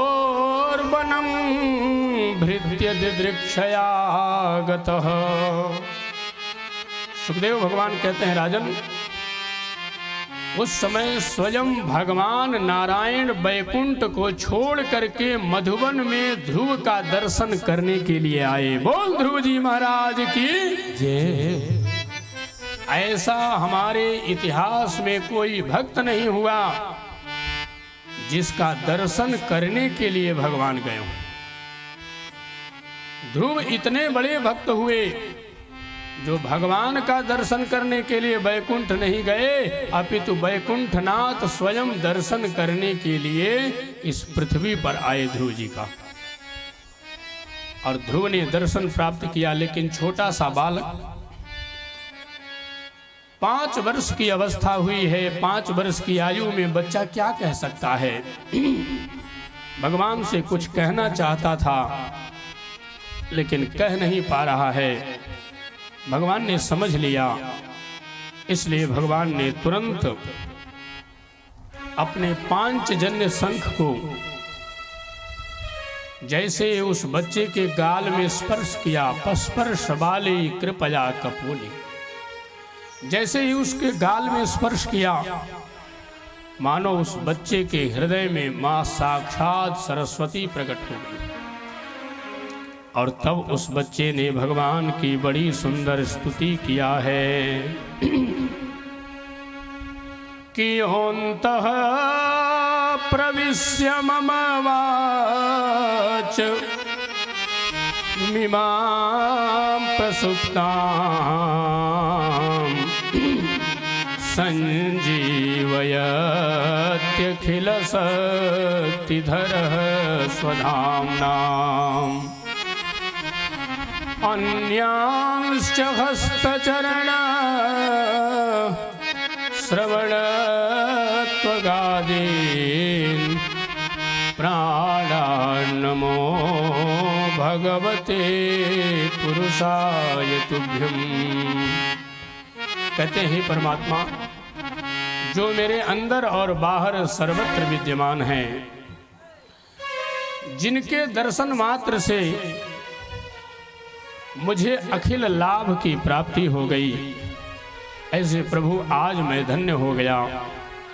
भगवान ने कहा ध्रुव, मैं तुम्हारी साधना और तुम्हारी तपस्या से अत्यंत प्रसन्न हूं। बेटा मांगो, तुझे क्या चाहिए मैं तुझे प्रदान कर दूं। उस छोटे से बच्चे ने कहा प्रभु मुझे आपसे कुछ नहीं चाहिए, आपने मुझे दर्शन दिया, इससे बड़ा मेरा और सौभाग्य क्या हो सकता है। भगवान ने कहा नहीं, जाओ, तुम बहुत तप किया, बहुत साधना किया मुझे प्राप्त करने के लिए, इसलिए मेरे पुत्र मैं तुझे आशीर्वाद देता हूं और जाओ, तुमने जिस राज्य की कल्पना के लिए मेरी साधना की है वह राज्य तुझे प्राप्त होगा। और जाओ, सुदुर्लभम यत् परमं पदम हरेर माया विनस्त चरणार्चनार्जितम लब्ध्वापि सिद्धा थमिवैक जन्मना कथम त्वमात्मानमनन्यनार्थार्थविद। कहते हैं बेटा ध्रुव, तुमने जिस प्रकार की साधना की है ऐसी साधना करने वाला साधक इस पृथ्वी पर फिर पुनः प्राप्त नहीं होगा। और मैं तेरी साधना से अत्यंत प्रसन्न हूं बेटा। ये सुदुर्लभ तुमने जो, दुर्लभ ही नहीं सुदुर्लभ तुमने साधना किया है, यह साधना अप्रतिम है, इसलिए मैं तुम्हें वचन देता हूं, जाओ, अब तुम इस पृथ्वी पर 36,000 वर्ष तक राज्य करोगे। कितना दिन? 36,000 वर्ष। भगवान श्री राम ने पृथ्वी पर कितना दिन तक राज्य किया था? कितने लोग बता सकते हैं? हाथ उठाइए। आप लोग सभी लोग मानस प्रेमी हैं, मानस सुनते हैं, कथा सुनते हैं। कितना दिन राम ने राज्य किया था? भगवान श्री राम का राज्य कितना दिन था बता सकते हैं? 11,000 वर्षों तक राम जी ने राज्य किया। और उन्हीं के वंश में पूर्वजों में ध्रुव जी महाराज ने पृथ्वी पर कितना वर्ष राज्य किया? 36,000 वर्ष तक। यानी राम जी के 3 गुना से भी ज्यादा राज्य किया है ध्रुव जी महाराज ने। 36,000 वर्षों तक ध्रुव ने राज्य किया और अंत में भगवान कहते हैं ध्रुव तुझे वो धाम मिलेगा जहां यद गत्वा न निवर्तन्ते तद्धाम परमं मम। जहां जाने के बाद पुनः माता के गर्भ में आने जाने के चक्कर से मुक्त हो जाता है जीव। ध्रुव जी महाराज उतने वर्ष की अवस्था में, सिर्फ 5 वर्ष की अवस्था में ध्रुव ने भगवान को प्राप्त किया। लोग कहते हैं भगवान करुणा नहीं करते। भगवान बड़ी करुणा वरुणालय हैं। एक महात्मा ने कहा भरी उनकी आँखों में है कितनी करुणा, भरी उनकी आँखों में है कितनी करुणा, ये जाकर सुदामा दुखारी से पूछो, ये जाकर सुदामा सभी गाइए दुखारी से पूछो, भरी उनकी आँखों में है कितनी करुणा, भरी उनकी आँखों में है कितनी करुणा, ये जाकर सुदामा दुखारी से पूछो, ये जाकर सुदामा दुखारी से पूछो। करामात क्या उनकी चरणों की रज में, करामात क्या उनकी चरणों की रज में, करामात क्या उनकी चरणों की रज में, करामात क्या उनकी चरणों की रज में, जाकर के गौतम की नारी से पूछो, जाकर के गौतम की नारी से पूछो, भरी उनकी आँखों में है कितनी करुणा, भरी उनकी आँखों में है कितनी करुणा, ये जाकर सुदामा दुखारी से पूछो, ये जाकर सुदामा दुखारी से पूछो। सभी गाइए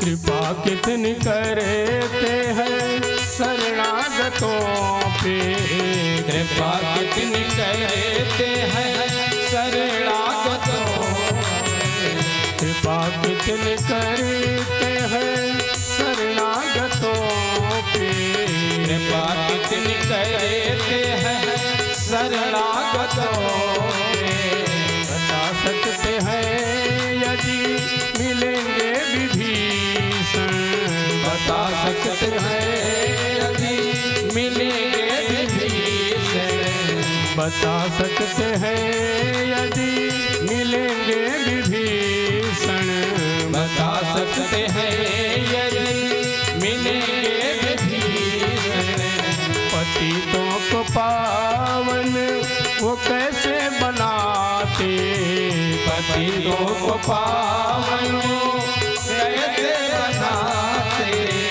पतितों को पावन वो कैसे बनाते, पतितों को पावन वो कैसे बनाते, जटायु सरिस मानसा हारी से पूछ जटायु सहेश माता हारी से पूछो। भरी उनकी आंखों में है कितनी करुणा, भरी उनकी आँखों में है कितनी करुणा, भरी उनकी आंखों में है कितनी करुणा। जाकर सुदामा दुखारी से पूछो, जाकर सुदामा दुखारी से पूछो। करामात क्या उनकी चरणों की रज में, करामात क्या चरणों की रज में, करामात क्या उनकी चरणों की रज में, करामात क्या उनकी चरणों की रज में। कि जाकर सुदामा दुखारी से पूछो, कि जाकर के गौतम की नारी से पूछो।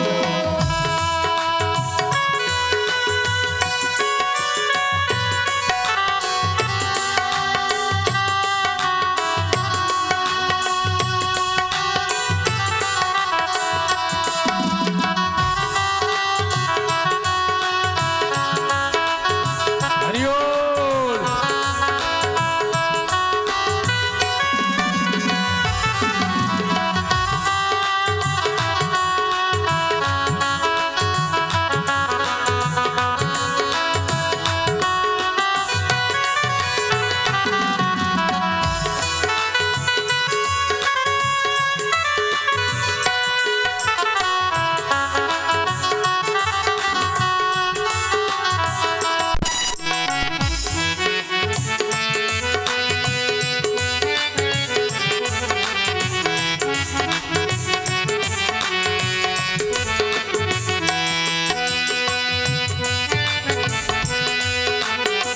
प्रभु प्रभु कैसे सुनते हैं दुखियों के गाने, प्रभु कैसे सुनते हैं दुखियों की आहें, प्रभु कैसे सुनते हैं दुखियों की आहें, प्रभु कैसे सुनते हैं दुखियों की आहें, प्रभु कैसे सुनते हैं दुखियों की आहें। तुम्हें ज्ञात हो राजा, तुम्हें ज्ञात हो राजा, तुम्हें ज्ञात हो राजा, तुम्हें ज्ञात हो राजा, बलि की कहानी निराधार वातों न आधार है जग में, निराधार का कौन आधार है जग में, निराधार का कौन आधार है जग में, निराधार का कौन आधार है जग में। ये प्रश्न द्रुपद दुलारी से पूछो, ये प्रश्न द्रुपद दुलारी से पूछो। भरी उनकी आंखों में है कितनी करुणा, भरी उनकी आँखों में है कितनी करुणा। जाकर सुदामा दुखारी से पूछो, जाकर दुखारी से पूछो, जाकर दुखारी से पूछो। करामात क्या इनके चरणों की रज में, करामात क्या इनकी चरणों की रज में। कि जाकर के गौतम की नारी से पूछो, कि जाकर के गौतम की नारी से पूछो।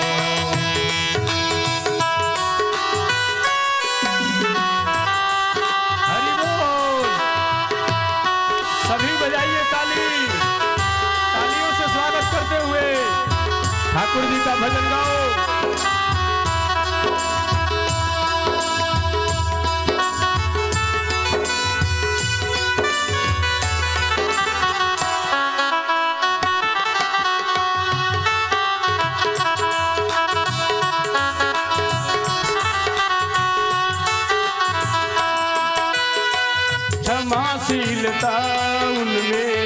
कितनी भरी है, क्षमाशीलता इनमें कितनी भरी है, ओ क्षमाशीलता उनमें कितनी भरी है, क्षमाशीलता इनमें कितनी भरी है। बताएंगे भृगु जी, बताएंगे भृगु जी वो सब जानते हैं, हृदय उनका भावों का है कितना भूखा, हृदय का भाव का है कितना भूखा, हृदय उनका भावों का है कितना भूखा, हृदय उनका भाव का है कितना भूखा।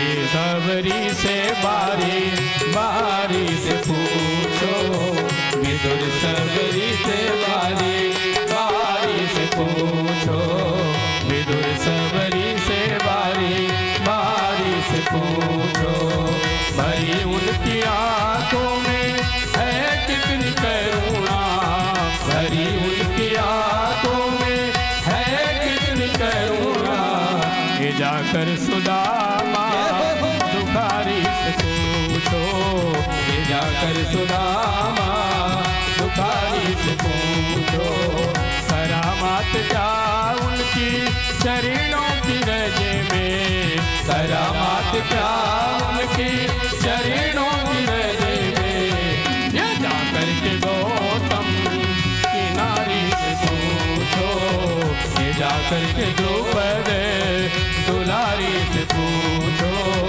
ये जाकर जटायु सरथी से पूछो, जटायु सरिस मानसा हारी से पूछो, विदुर सबरी से बारी बारी से पूछो।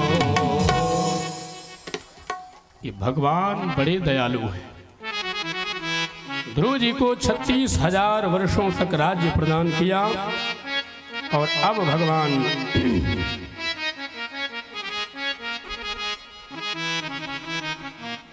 36,000 वर्षों तक राज्य ध्रुव जी प्राप्त करते हैं और अब उन्हीं के वंश में, ध्रुव जी के वंश में एक राजा अंग हुए। अंग का बेटा हुआ एक जिसका नाम था बेन। बेन ने क्या किया, अपने पिता को ही कारागृह में बंद कर दिया और कारागृह में बंद करके कहा, पिताजी आज से किसी देवता की पूजा नहीं होगी, यदि कोई किसी देवता की पूजा करते हुए मिलेगा तो उसे मृत्यु दंड दिया जाएगा। अपने परिकरों से कहा, जहां भी ब्राह्मण मिले उनको मृत्यु दंड दे दो, साधु जहां भी मिले साधुओं को पकड़ के ले आओ, उनको रथ में बैल बना दो, और जहां भी गायें दिखती हों गायों को काट करके उनकी हत्या कर दो। ये सारा अधर्म के कार्य को मेरे पिता को इन महात्माओं ने धर्म बता दिया है। कौन कहता है ब्राह्मणों की सेवा करना धर्म है? कौन कहता है महात्माओं की सेवा करना धर्म है? कौन कहता है वेद पढ़ना धर्म है? कौन कहता है यज्ञ कराना धर्म है? यदि इन प्रकार के धर्मों को करता हुआ मेरे राज्य सभा में कोई पाया जाएगा तो उसे मृत्यु दंड दिया जाएगा। और कहा, सुनो, सर्ववेदमयो विप्रः सर्वदेवमयो नृपः। कहा, राजा ही समस्त प्रकार का देवता होता है। मैं ही ब्रह्मा हूँ, मैं ही विष्णु हूँ, मैं ही शिव हूँ, मैं ही रुद्र हूँ, मैं ही इंद्र हूँ। इस संसार में जितने देवताओं की पूजा होती है वे सारे देवता मुझ में निवास करते हैं। मैं सब देव हूँ। इसलिए अब किसी देवता की पूजा नहीं करनी है, अब सिर्फ मेरी पूजा करनी है। एकमात्र पूजा मेरी होगी। अब प्रजा तो प्रजा डर के मारे करे क्या? प्रजा को तो राजा के आज्ञा का पालन करना है। सब लोग राजा की आज्ञा का पालन करने लगे। राजन, बहुत दिन बीत गया, राजा अराजकता फैला दिया, सारी प्रजा जो है धर्म विरुद्ध चलने लगी। एक दिन भगवान ने ब्रह्मर्षियों से कहा, आप लोग जाइए और बेन को समझाइए, हो सकता है आप लोगों के समझाने से बेन समझ जाए। सभी महात्मा लोग आए, जब बेन को समझाए तो बेन एक भी मानने न वाला। आदेश दिया, इन महात्माओं को पकड़ लो, बंदी बना लो। और जैसे ही आदेश दिया महर्षि दुर्वासा क्रुद्ध हो गए और दुर्वासा जी ने जोर से हुंकार किया। एक ही हुंकार में बेन का प्राण निकल गया, बेन मृत्यु को प्राप्त हो गया। बेन की पत्नी घर से बिलखती हुई, रोती हुई, दौड़ती हुई आई। प्रभु गुरुदेव, आप लोग महात्मा हैं, आपके चरणों में मेरा कोटि कोटि वंदन है। मैं कितनी बड़ी दुर्भाग्यशाली हूं कि अब तक तो मैंने अधर्म किया पति के प्रभाव में आकर के, लेकिन आप लोगों के दर्शन करने का मुझे सौभाग्य प्राप्त हुआ, तो मैं विधवा होकर के आपका दर्शन कर रही हूं। मैं कितनी बड़ी अभागन हूं। प्रभु, मेरा सौभाग्य मुझे लौटा दीजिए।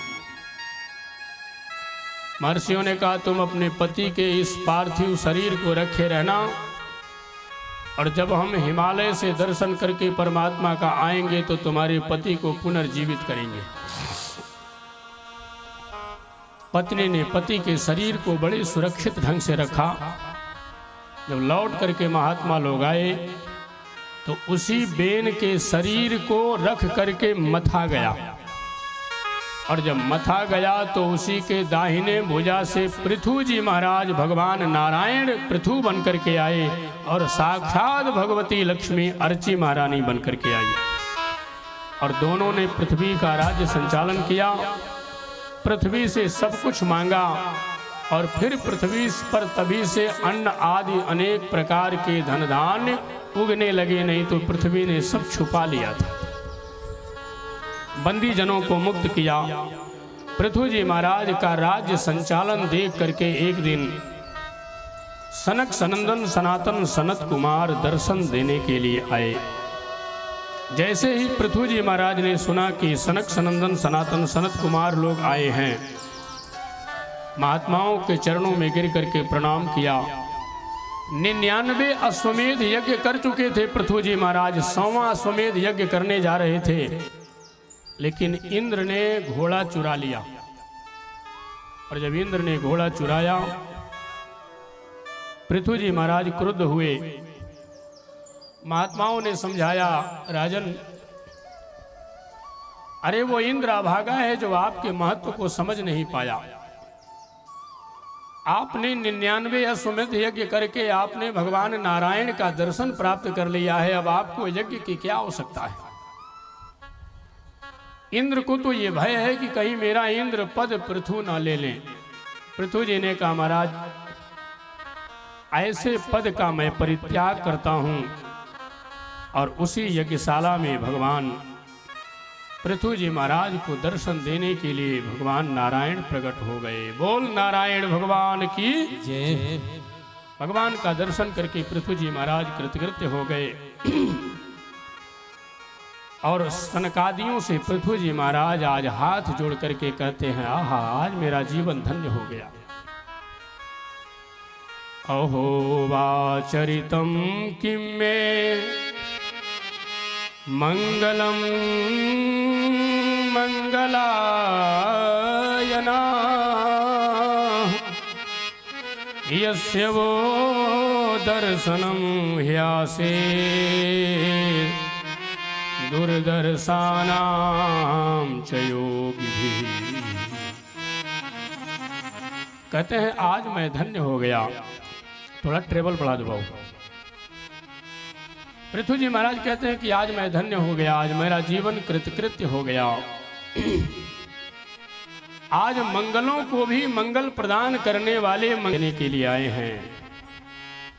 बड़े बड़े महर्षियों को जिन योगियों का दर्शन दुर्लभ है, वो योगी आज मुझे बिना बुलाए अचानक दर्शन देने के लिए आए। आज मेरा जीवन धन्य हो गया। मेरे जैसा समान इस दुर्लभ शरीर को प्राप्त करने वाला सौभाग्यशाली हमें नहीं लगता है कि कोई होगा। और वो परम सौभाग्यशाली है जीव जिसको यस्य विप्राः प्रसीदन्तु शिवो विष्णुश्च सानुगाः। पृथु जी महाराज कहते हैं कि हे ब्राह्मणों, जिसके ऊपर आप जैसे ब्राह्मणों का अनुग्रह हो जाता है, उस प्राणी को शिव और विष्णु को प्रसन्न करने की आवश्यकता नहीं होती है। शिव और विष्णु स्वयं ही उसके ऊपर अत्यंत प्रसन्न हो जाते हैं। इसलिए अधना अपि धन्यो ते धन्या साधवो गृहमेधिना। वो निर्धन, वो गरीब भी सबसे बड़ा धनवान है जिसके घर आप जैसा साधु पधारे। साधु जिसके घर आ जाए उससे बड़ा भाग्यवान और कोई हो ही नहीं सकता है। क्योंकि साधु चरित शुभ चरित कपासु, साधु चरित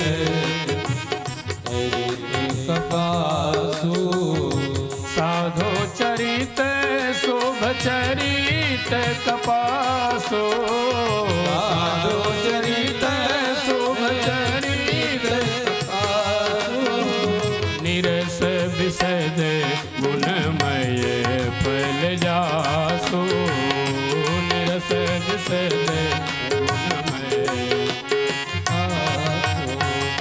संत हृदय नवनीत समाना, संत हृदय नवनीत समाना, संत हृदय नवनीत समाना, संत हृदय नवनीत समाना।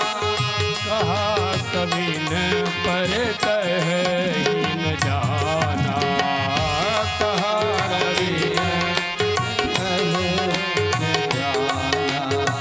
कहा कवि न कर कह न जाना,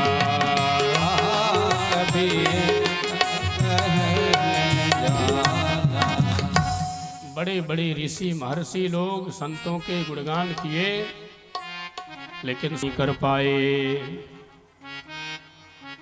क्योंकि संत का गुण,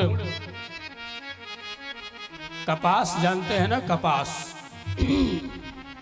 ये जितने वस्त्र हम लोग पहने हुए हैं, हम लोग अपने अंगों को जो ढके हैं, इन सारे वस्त्रों का निर्माण कपास से ही हुआ है। मेरे मित्रों, सनक सनंदन सनातन करुण कुमारों को जय जयकार करके पृथु जी महाराज ने कहा, महाराज अब आज से यह राज्य, आज से यह पत्नी, आज से यह परिवार, आज से यह सब कुछ मैं आपके चरणों में समाहित करता हूं, समर्पित करता हूं। अब मुझे न राज्य चाहिए, न पत्नी चाहिए, न पुत्र चाहिए, न धन चाहिए, न यश चाहिए, न कीर्ति चाहिए, न वैभव चाहिए। ये जो कुछ भी मिला है नाथ, यह सब आप लोगों के अनुग्रह से मिला है, इसलिए आप इसे स्वीकार करें। अब सब सौंप करके और पृथु जी महाराज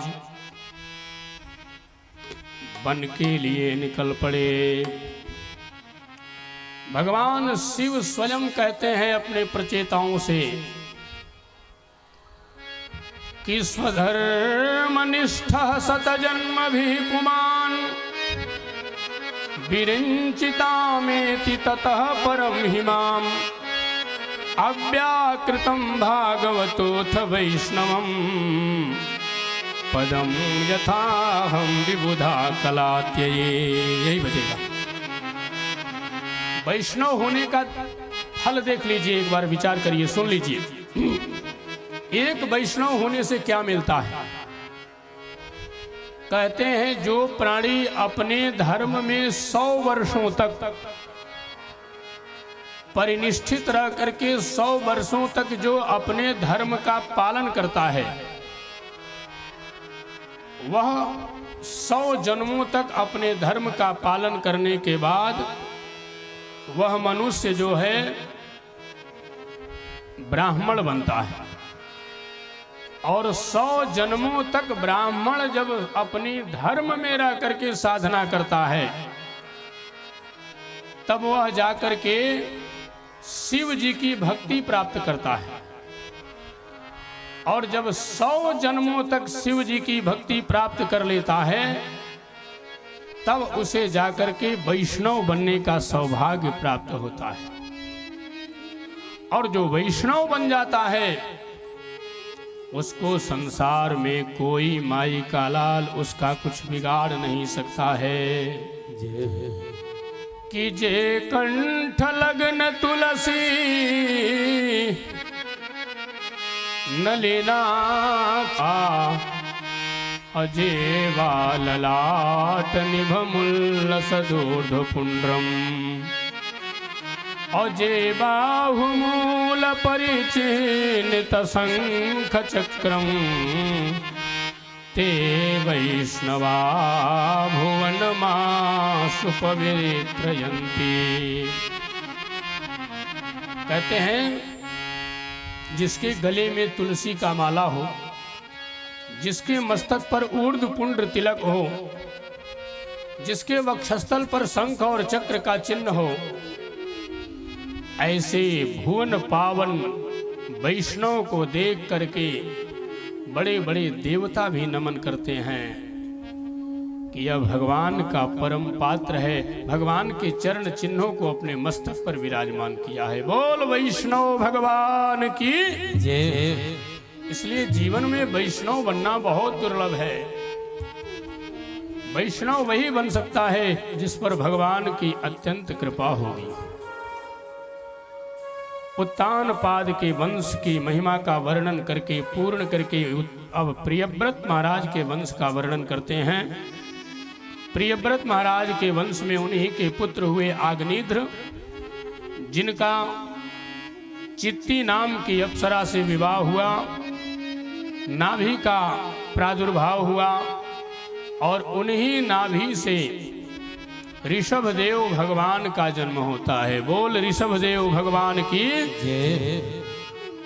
जिनको जैन धर्म वाले लोग मानते हैं। ऋषभदेव भगवान भी दो प्रकार के हुए हैं, एक श्वेतांबर और एक दिगंबर। ये प्रतापी और ऋषभदेव भगवान के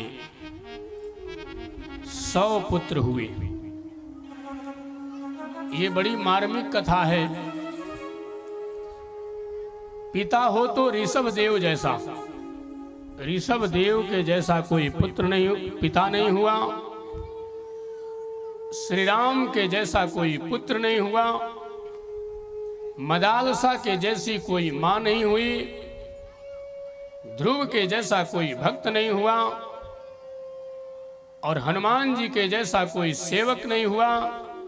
सुदामा के जैसा कोई मित्र नहीं हुआ और राम और कृष्ण के जैसा कोई अवतार नहीं हुआ। मेरे मित्रों, ऋषभदेव भगवान के 100 पुत्र। और हम लोग भी कहते हैं ना कि हम पिता हैं, मैंने तुमको पैदा किया है, मैंने तुम्हारे लिए खेत खरीदा है, मैंने तुम्हारे लिए गाड़ी खरीदी है, मैंने तुम्हारे लिए बंगला बनवाया है। ये माताएं भी कहती हैं कि मैंने तुमको 9 महीने तक गर्भ में रखा है और प्रसव की वेदना सही है और तुम मेरा आदर नहीं कर रहा। मेरी माताओं, आज सुन लो कान खोल करके, और यहां बैठे हुए पिता बनने वाले आप भी सुन लीजिए कि पिता कहलाने का अधिकारी कौन है और माता कहलाने की अधिकारी कौन है।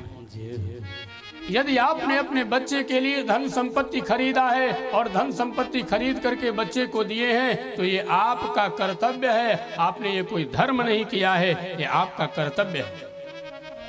क्योंकि जो जमीन और जायदाद संपत्ति आपने खरीद करके अपने बेटे को दिया है, आपके पिता ने भी अपने शक्ति के अनुसार आपको भी कुछ न कुछ दिया है। और जो माँ ये कहती है कि मैंने तुम्हें पैदा किया है, प्रसव वेदना सही है और मैंने 9 महीने तक तुमको गर्भ में रखा है, उस माँ को याद करना चाहिए कि तुमको भी किसी माँ ने जन्म दिया है, तुमको भी पैदा करने में किसी माँ ने प्रसव वेदना सहा है। तो ये तुम्हारा कोई उपकार नहीं है, ये संसार के सृजन का क्रम है। यदि माँ हो तो माँ कहलाने की अधिकारिणी वो है जो मदालसा के पद चिन्हों पर चलती है, और पिता कहलाने का अधिकारी वो है जो ऋषभ देव के पद चिन्हों पर चलता है। मदालसा क्या कहती हैं? मदालसा ने जब सूतिका गृह में अपने बच्चे को जन्म दिया तो सूतिका गृह में जन्म देने के बाद अपने बच्चे को गोदी में लेकर के क्या कहती हैं? आहा, ऐसी माँ इस दुनिया में न हुई न कोई होने का चांस है। क्या कहती हैं कि शुद्धोसि बुद्धोसि निरंजनोसि संसार मायां परिवर्जितोसि संसार स्वप्नम त्यज मोह निद्रां मदालसां वाक्यमुवाच पुत्रं।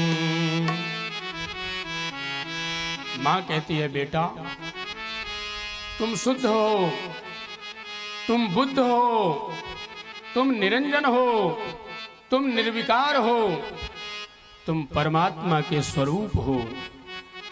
भगवान ने तुम्हें पैदा किया है, तुम संसार के बंधनों में मत बंधना। संसार ये माया है, ये संसार स्वप्न है, इसलिए स्वप्न रूपी संसार का परित्याग कर देना और दिन रात तुम उस परमात्मा की शरण को ग्रहण करना जिस परमात्मा ने तुझे मेरे गर्भ में भेजा है और मुझे गर्भ धारण करने की सामर्थ्य प्रदान की है। ऐसे परमात्मा का तुम हो जाना, दुनिया में कभी मत फंसना। संसार से विरक्त बना करके और परमात्मा में अनुरक्ति दिला रही है, ये माँ का कर्तव्य है। अब ऋषभ देव भगवान ने अपने 100 पुत्रों को बुला करके कहा, बताओ माताओं, आप कितनी माताएं हैं जो अपने बच्चे से कहती हो कि तुम भगवान के हो, भगवान की भजन करो, भगवान का बन जाओ? हाथ उठाओ तो जरा। एक भी माँ है ऐसा जो कहती हो कि अपने बच्चे से कि तुम भगवान के हो, साधु बन जाओ? कितनी माताएं चाहती हैं कि बच्चा साधु बन जाए? जरा हाथ उठाओ तो। एक भी नहीं चाहती है। आजकल के तो आजकल बच्चों को डराने का साधन हो गया है। बोले बाबा आयब रहल छिया, उठा ले जेते हैं। और बाबा का नाम सुनते बच्चा चुप हो जाता है और किसी से डरे न डरे बाबा के नाम से डर जाता है, क्योंकि बाबा न बनना पड़ी। लेकिन बाबा बनने का फायदा जानते हो? महात्मा लोग हंसी में कहते हैं बाबा बनने का मतलब, बोले आना फ्री, जाना फ्री, और पकड़ गए तो खाना फ्री, कोई कमी नहीं। साधु समत्वेन भयाद विमुच्यते। साधु किसी का मित्र नहीं होता और साधु किसी का शत्रु नहीं होता। साधु को कभी सुख की अनुभूति नहीं होती और साधु को कभी दुख की अनुभूति नहीं होती। साधु को कभी मान का भान नहीं होता और साधु को कभी अपमान का भी भान नहीं होता। यही तो साधु की विलक्षणता है। ऋषभ देव भगवान ने अपने 100 पुत्रों को बुलाया, और जैसे आज के पिता भी बुलाते हैं ना मरते समय अपने बेटे को, और बुला करके क्या कहते हैं, बेटा मैंने फला को इतना रुपया दिया है, ले लेना। फला जगह मैंने ये चीज रखा है, ले लेना। इसके नाम से जहां कागज है उस कागज को तुम अपने पास ले लेना। देखना फला बड़ा बेईमान है, उससे तुम मिलना मत। लेकिन बाहरी ऋषभ देव भगवान अपने पुत्रों से कहते हैं, ऋषभ देव भगवान, बेटा मैं तुम्हें जो कह रहा हूं उसको ध्यान से सुनो। कि नायम देहो देह भाजां नृलोके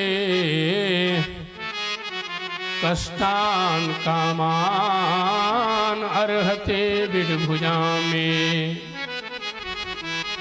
तपो दिव्यं पुत्र कायेन सत्वं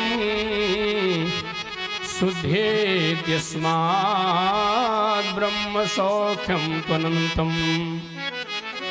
ऋषभ देव भगवान अपने पुत्रों से कहते हैं, पुत्रों ये जो तुम्हें मनुष्य शरीर मिला है ना, ये मनुष्य शरीर तुम्हें संतान पैदा करने के लिए नहीं मिला है। जिस संतान को पैदा करके तुम प्रसन्न होते हो, वह संतान पैदा करके विष्ठा खाने वाला सूअर भी उतना ही प्रसन्न होता है। इसलिए यह तुम्हारा शरीर मिला है तुम्हें दिव्य तप करने के लिए। तुम साधना करो और साधना करके परमात्मा को प्राप्त करो। अपने पिता की आज्ञा का पालन करके, और उन्हीं 100 पुत्रों में 9 लोग सिद्ध हो गए, सिद्ध। और उन्हीं 9 ब्रह्मर्षियों ने आपके जनकपुर में आकर के राजा जनक के पूर्वज निमि महाराज को उपदेश दिया है। निमि को ज्ञान प्रदान किया था उन 9 सिद्धों ने कि राजन, पूछा था कि सुख क्या है और दुख क्या है, अपना कौन है पराया कौन है, विपत्ति क्या है और संपत्ति क्या है। तो कुमारों ने कहा था कि राजन, संसार में ईश्वर भूल जाए इससे बड़ी और कोई विपत्ति नहीं हो सकती है, और भगवान का नाम याद आए इससे बड़ी और कोई संपत्ति नहीं हो सकती है। यही बात हनुमान जी ने भी कहा। कह हनुमंत विपत्ति प्रभु सोई, कह हनुमंत विपत्ति सोई, कह हनुमंत विपत्ति प्रभु सोई, कह हनुमंत विपत्ति प्रभु सोई। ओ जप तप सुमिरन भजन न होई, जप तप सुमिरन भजन न होई। भगवान का भजन ही सबसे बड़ा धन है। इसीलिए मीरा ने कहा, पायो जी मैंने नाम रतन धन पायो, पायो जी मैंने राम रतन धन पायो। राम रतन धन पायो, पायो जी मैंने राम रतन धन पायो। ओ राम रतन धन पायो, राम रतन धन पायो। मयूरी मैंने नाम रतन धन पायो, मयूरी मैंने राम रतन धन पायो।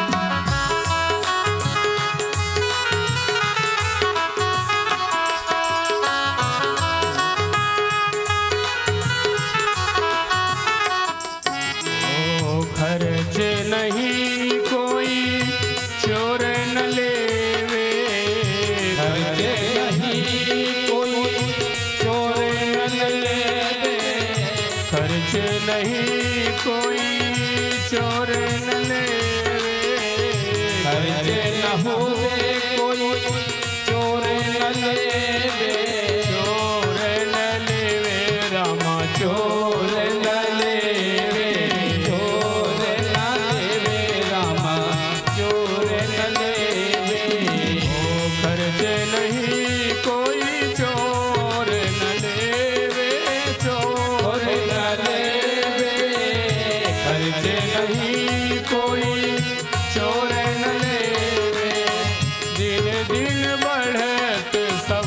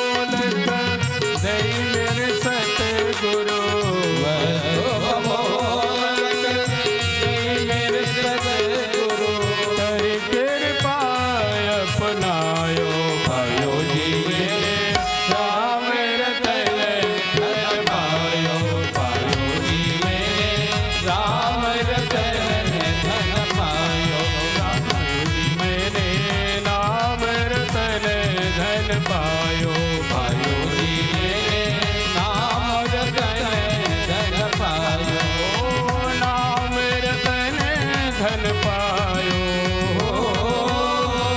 नाम रतन धन पायो भाइयों जी मेरे नाम रतन धन पायो भाइयों जी मेरे नाम रतन धन पायो भाइयों जी मेरे नाम रतन धन पायो।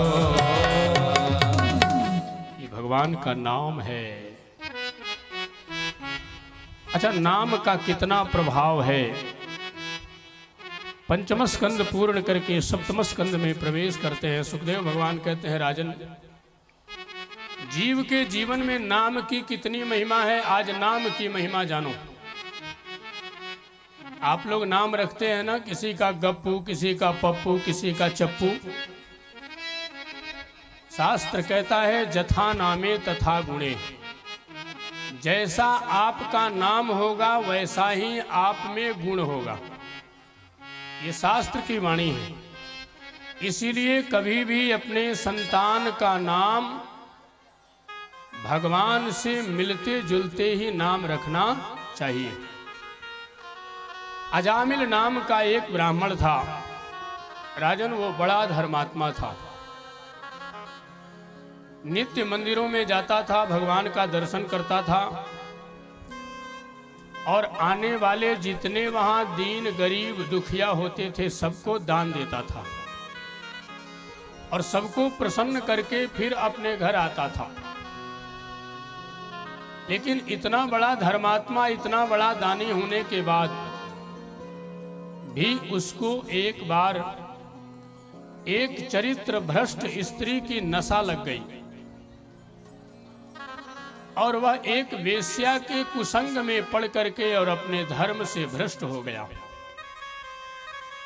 जब अजामिल अपने धर्म से भ्रष्ट हो गया तो नारद जी को यह बात पता चली। महात्माओं ने कहा, नारद जी आपका शिष्य तो वेश्यागामी हो गया। नारद जी ने आकर के अजामिल से कहा, अजामिल मैंने तुझे इसीलिए दीक्षा दिया था, क्या मैंने तुझे इसीलिए वैष्णव बनाया था कि तुम वेश्या के साथ रमण करेगा? अजामिल हाथ जोड़कर खड़ा हो गया, गुरुदेव मैं जान न पाया कब से मुझसे ये अपराध हो गया। बोले अब तू एक काम करना, तेरी धर्म पत्नी को एक संतान होने वाला है, उसका नाम तुम नारायण रख देना। क्या नाम रखना? नारायण। अजामिल ने कहा, गुरुदेव जो गुरु की आज्ञा मान करके संतान पैदा होने पर अजामिल ने उस बेटे का नाम नारायण रख दिया। अब नारायण नाम के उस बेटे से अजामिल को इतना प्रेम था क्योंकि गुरुजी ने बताया है और गुरुजी के बताए हुए नाम से इतना प्रेम हो गया अजामिल को कि नारायण नाम के बेटे के बिना एक पल भी अजामिल का जीना दुर्लभ था। संजोग से एक दिन जमराज ने अपनी जब बही खोली तो बही खोल करके देखा तो कहा, अजामिल तो अब मरने के समय में आ गया है और वो नरक आएगा क्योंकि उसने इतना पाप किया है कि उसके सारे पुण्य कम पड़ गए।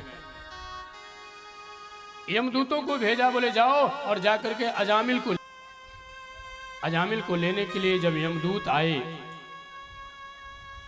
अजामिल ने जब यमदूतों को देखा भयभीत हो गया और बड़ी जोर से चिल्लाया, बेटा नारायण मेरी रक्षा करो।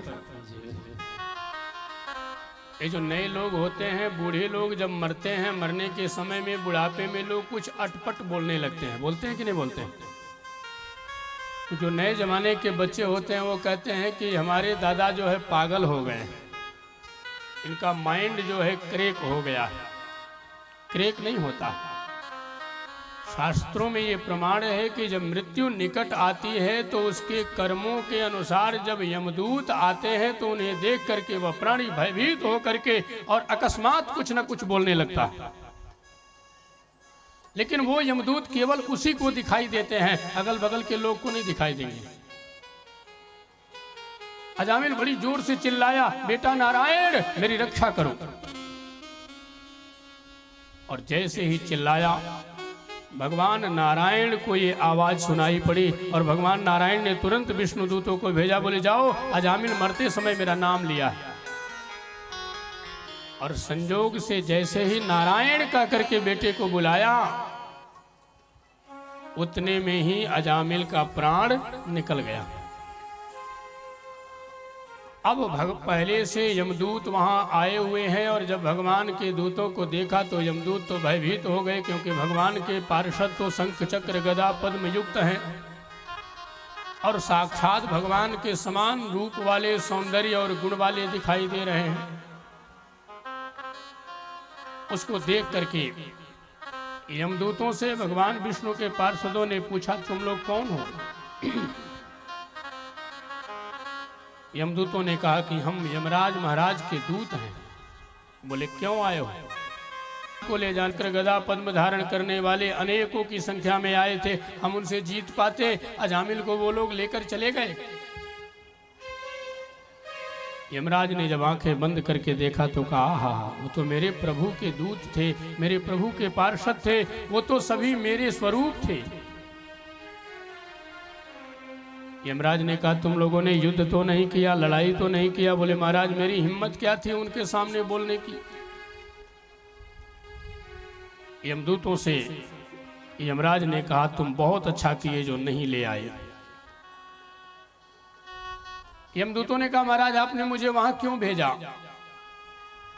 यमराज ने कहा, अब तो मुझसे जो अपराध हुआ सो हो गया, लेकिन आज से सुन लो, केवल भगवान का ही नाम उच्चारण करके मरने वाले को नहीं, अपितु 12 और लोगों का नाम लेकर के अगर किसी की मृत्यु हो तो उसको कभी तुम लोग स्पर्श मत करना, वो भगवान के धाम जाता है, वह यमपुरी में नहीं आता। 12 नाम कौन कौन है आप भी जान लीजिए। कोई जरूरी नहीं है कि भगवान का ही नाम याद आए। इन 12 में किसी का भी नाम अगर मरते समय आ जाए तो उस व्यक्ति के जीवन के सारे पाप नष्ट हो जाते हैं और वह यमपुरी से बच करके भगवान के धाम जाता है, जहाँ जाने के बाद फिर माँ के गर्भ में आने जाने के चक्कर से मुक्त। स्वयंभू माने ब्रह्मा, दूसरे नंबर में नारद जी, तीसरे नंबर में भगवान शिव, चौथे नंबर में कुमार माने सनक सनंदन सनातन सनत कुमार, चौथे नंबर में कपिल भगवान, पांचवें में मनु जी महाराज, छठे में प्रहलाद जी, सातवें में जनक जी, आठवें में राजा बलि, नौवें में वैयासिकी माने सुखदेव जी, स्वयंभू माने ब्रह्मा, नारद, शंभु, कुमार, कपिल, प्रहलाद, जनक, भीष्म पितामह, राजा बलि और सुखदेव भगवान, जिनकी कथा हम लोग सुन रहे हैं, जो सुना रहे हैं। और वयम माने यमराज का नाम भी। यदि इन 12 में किसी का नाम मरते समय जिह्वा पर आ जाए तो वह यमराज के पास के बंधन से मुक्त हो करके और भगवान का दिव्य धाम प्राप्त कर लेता है। बोल द्वादश भागवत भगवान की जय। इसलिए याद रखो, आप बड़े भाग्यशाली। उन महाराज विदेह जनक जी की पावन भूमि में आपका जन्म हुआ है, जिनका नाम ग्रहण मात्र से आपको भगवान का धाम प्राप्त हो जाएगा। कितने भाग्यशाली हैं आप। कहते हैं कि हरे नाम इत्युच्चैर मुच्यते सर्व पातकात्। केवल हरि का नाम लेने ने मात्र से संपूर्ण पापों से मुक्त हो जाता है जीव। और भगवान सुखदेव परीक्षित जी से कहते हैं, राजन बताओ, यमराज के दूतों के भय से अजामिल अपने बेटे को बुलाया तो उसको भगवान का धाम मिल गया। तो यदि कोई प्राणी प्रेम पूर्वक भगवान का नाम ग्रहण करे तो उसको कौन सा धाम मिलेगा। रामायण में वो कथा आती है मेरे बंधुओं, जिस रजक ने, जिस धोबी ने सीता जी की आलोचना की थी, माता सीता में दोष देखा था, उस धोबी को जब राम जी ने स्वर्ग में भेजा तो स्वर्ग ने भी हाथ जोड़कर कहा मैं इसे कभी स्वीकार नहीं कर सकता। तब भगवान श्री राम ने उसे मोक्ष भेजा, अपवर्ग भेजा, अनेक प्रकार के स्थानों पर भेजा, लेकिन किसी ने धोबी को स्वीकार नहीं किया। बोले नहीं, ये तो मातृ निंदा करने वाला है, ये तो जगत माता में भी दोष देखा है, इसलिए मैं इसे स्वीकार नहीं कर सकता।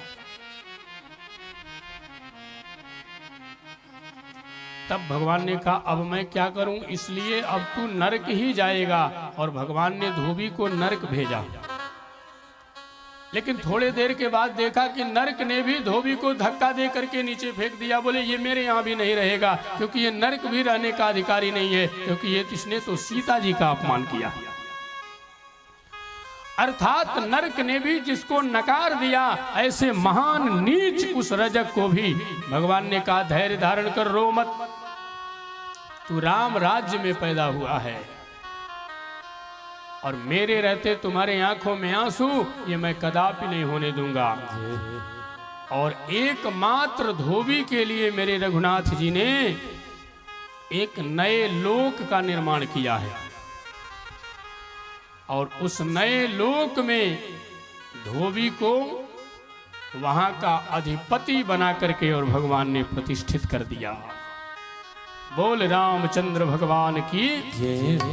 इसीलिए गोस्वामी जी ने कहा कि सियनंदक अघ ओघ नसाए, सियनंदक अघ ओघ नसाए, सियनंदक अघ ओघ नसाए, सियनंदक अघ ओघ नसाए, लोक विशोक बनाए बसाए, लोक विशोक बनाए।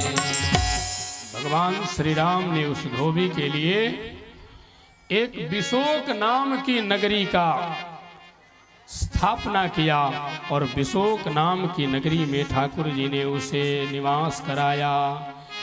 बोल भगवान रामचंद्र की जय। अब मेरे मित्रों, अब मैं समुद्र मंथन की कथा में प्रवेश करने जा रहा हूं। समुद्र मंथन की कथा बहुत दिव्य और भव्य है। 14 प्रकार के रत्न मिले हैं ना, 14 रत्न। समुद्र मंथन से ही 14 रत्न मिले हैं। बच्चों आप लोग बैठ जाओ, बेटा बैठ जाइए, आप लोग सभी लोग बैठ जाओ, बैठ जाओ, पूजा बाद में कर लेना, बैठ जाओ, सभी लोग बैठ जाओ, कथा सुन लो, फिर आरती करके तब जाना, तुम्हारा स्थान कोई नहीं लेगा। बैठ जाओ, बैठ जाओ।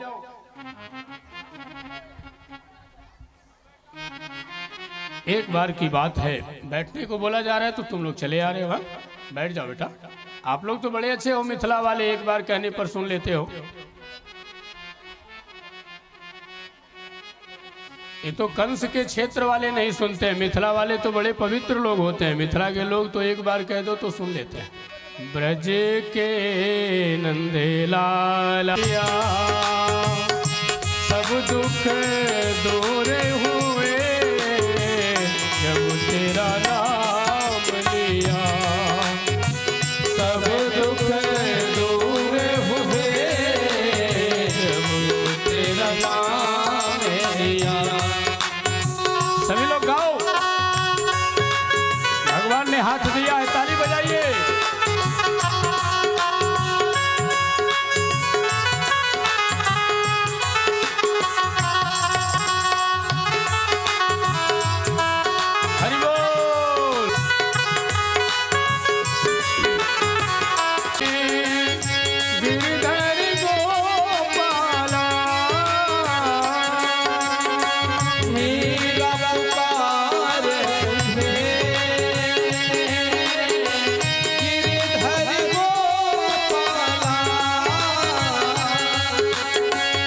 बन गया अमृत में विष का भरा प्याला, बन गया अमृत में विष का प्याला, विष का भरा प्याला कौन मिटाए उसे, कौन मिटाए उसे जिसे तूने राख लिया। सब दुख दूर हुए जब तेरा नाम लिया, सब दुख दूर हुए जब तेरा नाम लिया।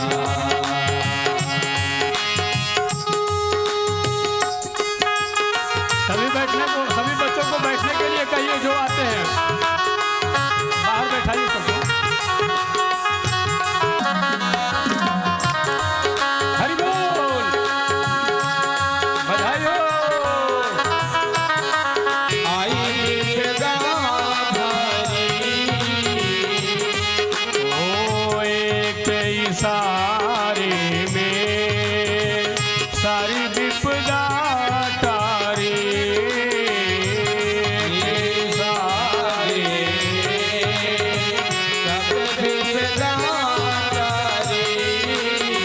सारी विपदा तारी।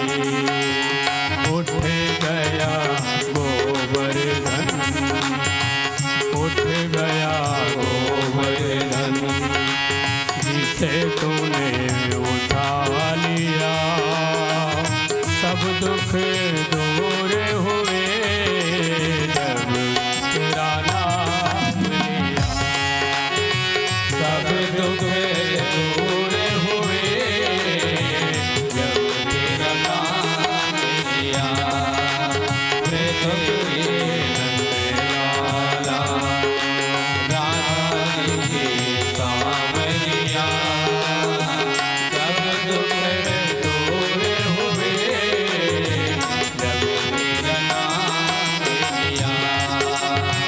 सब दुख दूर हुए जब तेरा नाम लिया। नैनों में श्याम बसे मन में, सब दुख दूर हुए जब तेरा नाम लिया। सब दुख दूर हुए जब तेरा नाम लिया। राधा जी के नंदलाला, राधा जी के सांवरिया, सब दुख दूर हुए जब तेरा नाम लिया। सब दुख दूर हुए जब तेरा नाम लिया। सभी गाइए।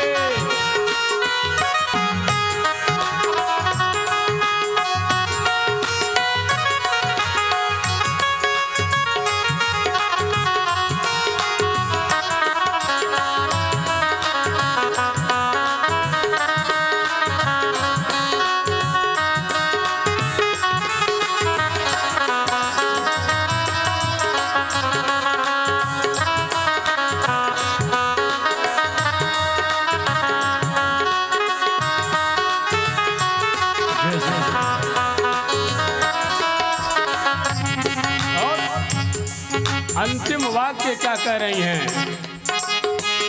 देख रहे हो तुम मेरे दुखड़े सारे, देख रहे हो तुम मेरे दुखड़े सारे, देख रहे हो तुम मेरे दुखड़े सारे, देख रहे हो तुम मेरे दुखड़े सारे। दर्शन कब दोगे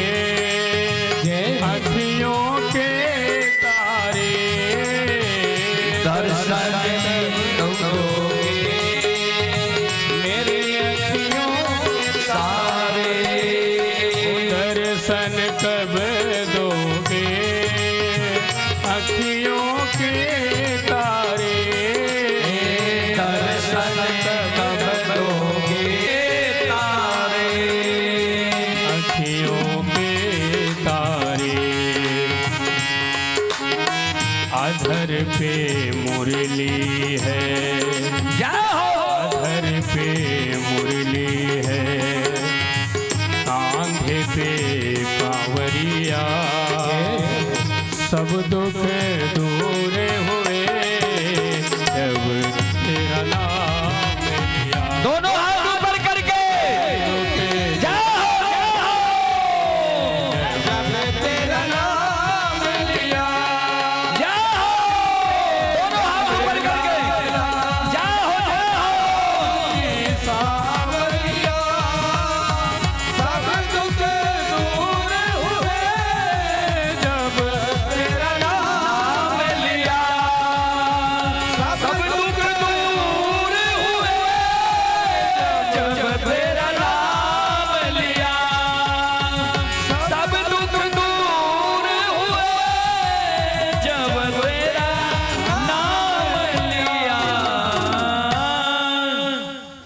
कहता है भगवान से, प्रभु आप मेरे सारे दुखों को देख रहे हो,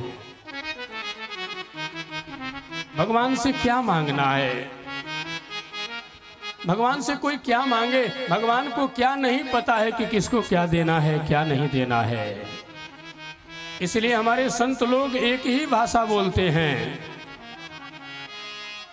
प्रभु अब सौंप दिया इस जीवन का सब भार तुम्हारी हाथों में। माँ बहनों से आग्रह है, आप लोग अगरबत्ती आरती के समय में जलाइएगा। अभी शांति से बैठकर कथा सुनिए, इस बैठ जाइए, कथा सुनिए। आरती जब होगी तब आप लोग अगरबत्ती जलाइएगा। जीवन का सब भार तुम्हारी हाथों में, अब सौंप दिया इस जीवन का सब भार तुम्हारे हाथों में। है जीत तुम्हारी हाथों में, है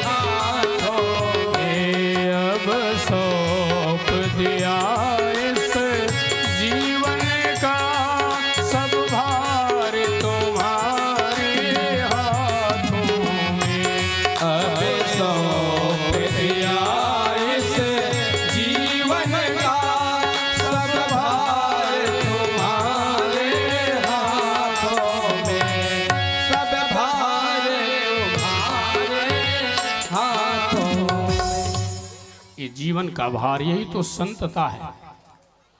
ईश्वर से कभी कुछ मांगो मत। यदि जीत भी है तो ईश्वर की है, और यदि हार भी है तो ईश्वर की है। मेरी माताओं, आप लोग मिथिलावासी हैं, बच्चियां मान गई, बूढ़े लोग नहीं मानते हैं। ये लाइव हो रहा है, बहुत दूर तक जा रही है। लोग कहेंगे मिथिला के लोग मानते नहीं हैं, तो हमारी बदनामी मत करना। ये विदेशों तक लोग देख रहे हैं, इसलिए जो है शांति का परिचय देंगे तो बड़ा आनंद आएगा। आप ही लोगों के लिए समय चेंज किया गया है। यह विचार किया गया कि यह समय अनुकूल नहीं था। 2 बजे से लेकर के, हटाओ माइक ले लो उसे, 2 बजे से लेकर और 6 बजे का समय अनुकूल नहीं था। इसलिए बंधुओं, माताओं, आप ही लोगों के लिए समय चेंज किया गया है। और आज तो तीसरा दिन जा रहा है। 4 दिन के बाद 15 तारीख को ही इस समय तक हम सुनाने के लिए यहाँ रहेंगे, ऐसा नहीं है। इसलिए जो समय है उसका जीवन में टीवी देखने को हमेशा मिलेगा, मोबाइल चलाने को हमेशा मिलेगा, घर में भोजन तो रोज बनाना है। ये तो जन्म लिए हो भोजन बनाने के लिए, भोजन बनाते बनाते मर जाओगे, उससे कभी फुर्सत नहीं मिलना है। इन माताओं को तो संडे का छुट्टी भी नहीं होता है, आदमी का तो छुट्टी भी होता है, आज रविवार है आज कुछ करना नहीं है, लेकिन ये माताएं भी अगर कह दे कि आज रविवार है छुट्टी है भोजन नहीं बनेगा तब क्या होगा। तो इनको तो 12 महीने की ड्यूटी है। इसलिए आप लोग बड़े भाग्यशाली हो। ये जितने लोग आ रहे हैं आप आने क्यों देते हो, वहीं रोक लो, बाद में आ जाएंगे, वहीं बैठ जाओ। आरती जब होगी तब ले आना, भगवान को जल भी चढ़ाना, भगवान की आरती भी करना। मेरे मित्रों, भूल से भी कभी गुरु का अनादर न हो, ऐसा ध्यान रखना चाहिए। और धन ऐसी वस्तु है जो धन के अभिमान में गुरु का क्या भगवान का भी अनादर हो जाता है। मैंने आपको निवेदन किया था कि कुंती ने कहा, गोविंद यदि तुम देना ही चाहते हो तो वस्तुतः मुझे कुछ चाहिए नहीं, परंतु यदि तुम्हारी इच्छा ही है कि मैं कुछ दूं तो मुझे विपत्ति दे दो। क्योंकि संपत्ति वाले को भगवान को याद करने का समय कहाँ है। भगवान को याद तो विपत्ति वाले करते हैं, जब जब विपदा आती है तब तब भगवान को लोग याद करते हैं। उसी गोकुल में जब विपत्ति नहीं आई थी तब श्री कृष्ण को सब मित्र मान रहा था, तब कोई भगवान नहीं मान रहा था। और जब विपत्ति आई तो सबने कहा, गोविंद अब तुम्हारे बिना मेरी रक्षा और कोई नहीं कर सकता। एक दिन इंद्र, देवताओं का राजा इंद्र, अमरावतीपुरी में अनेक प्रकार की सुंदरियों का नृत्य देख रहा था। देवगुरु बृहस्पति के मन में आया,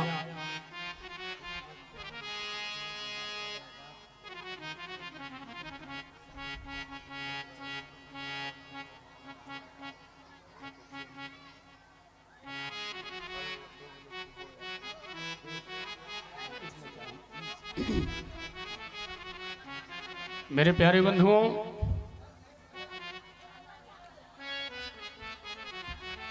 कथा को आगे बढ़ाएं इससे पहले आपसे एक निवेदन है। आप लोग जो कहेंगे वही होगा। आज आप लोगों के समय से समय का निर्णय किया जाएगा। मैंने ये विचार किया है, चूंकि दूर से आने वाले जो वृद्ध लोग हैं वे लोग जाने में उनको परेशानी होगी। यह क्षेत्र भी अपना बहुत रास्ते से लेकर के बहुत विकसित नहीं है, रास्ता पेड़ा यहाँ का बहुत जर्जर है। तो आप लोग ये बताइए पहले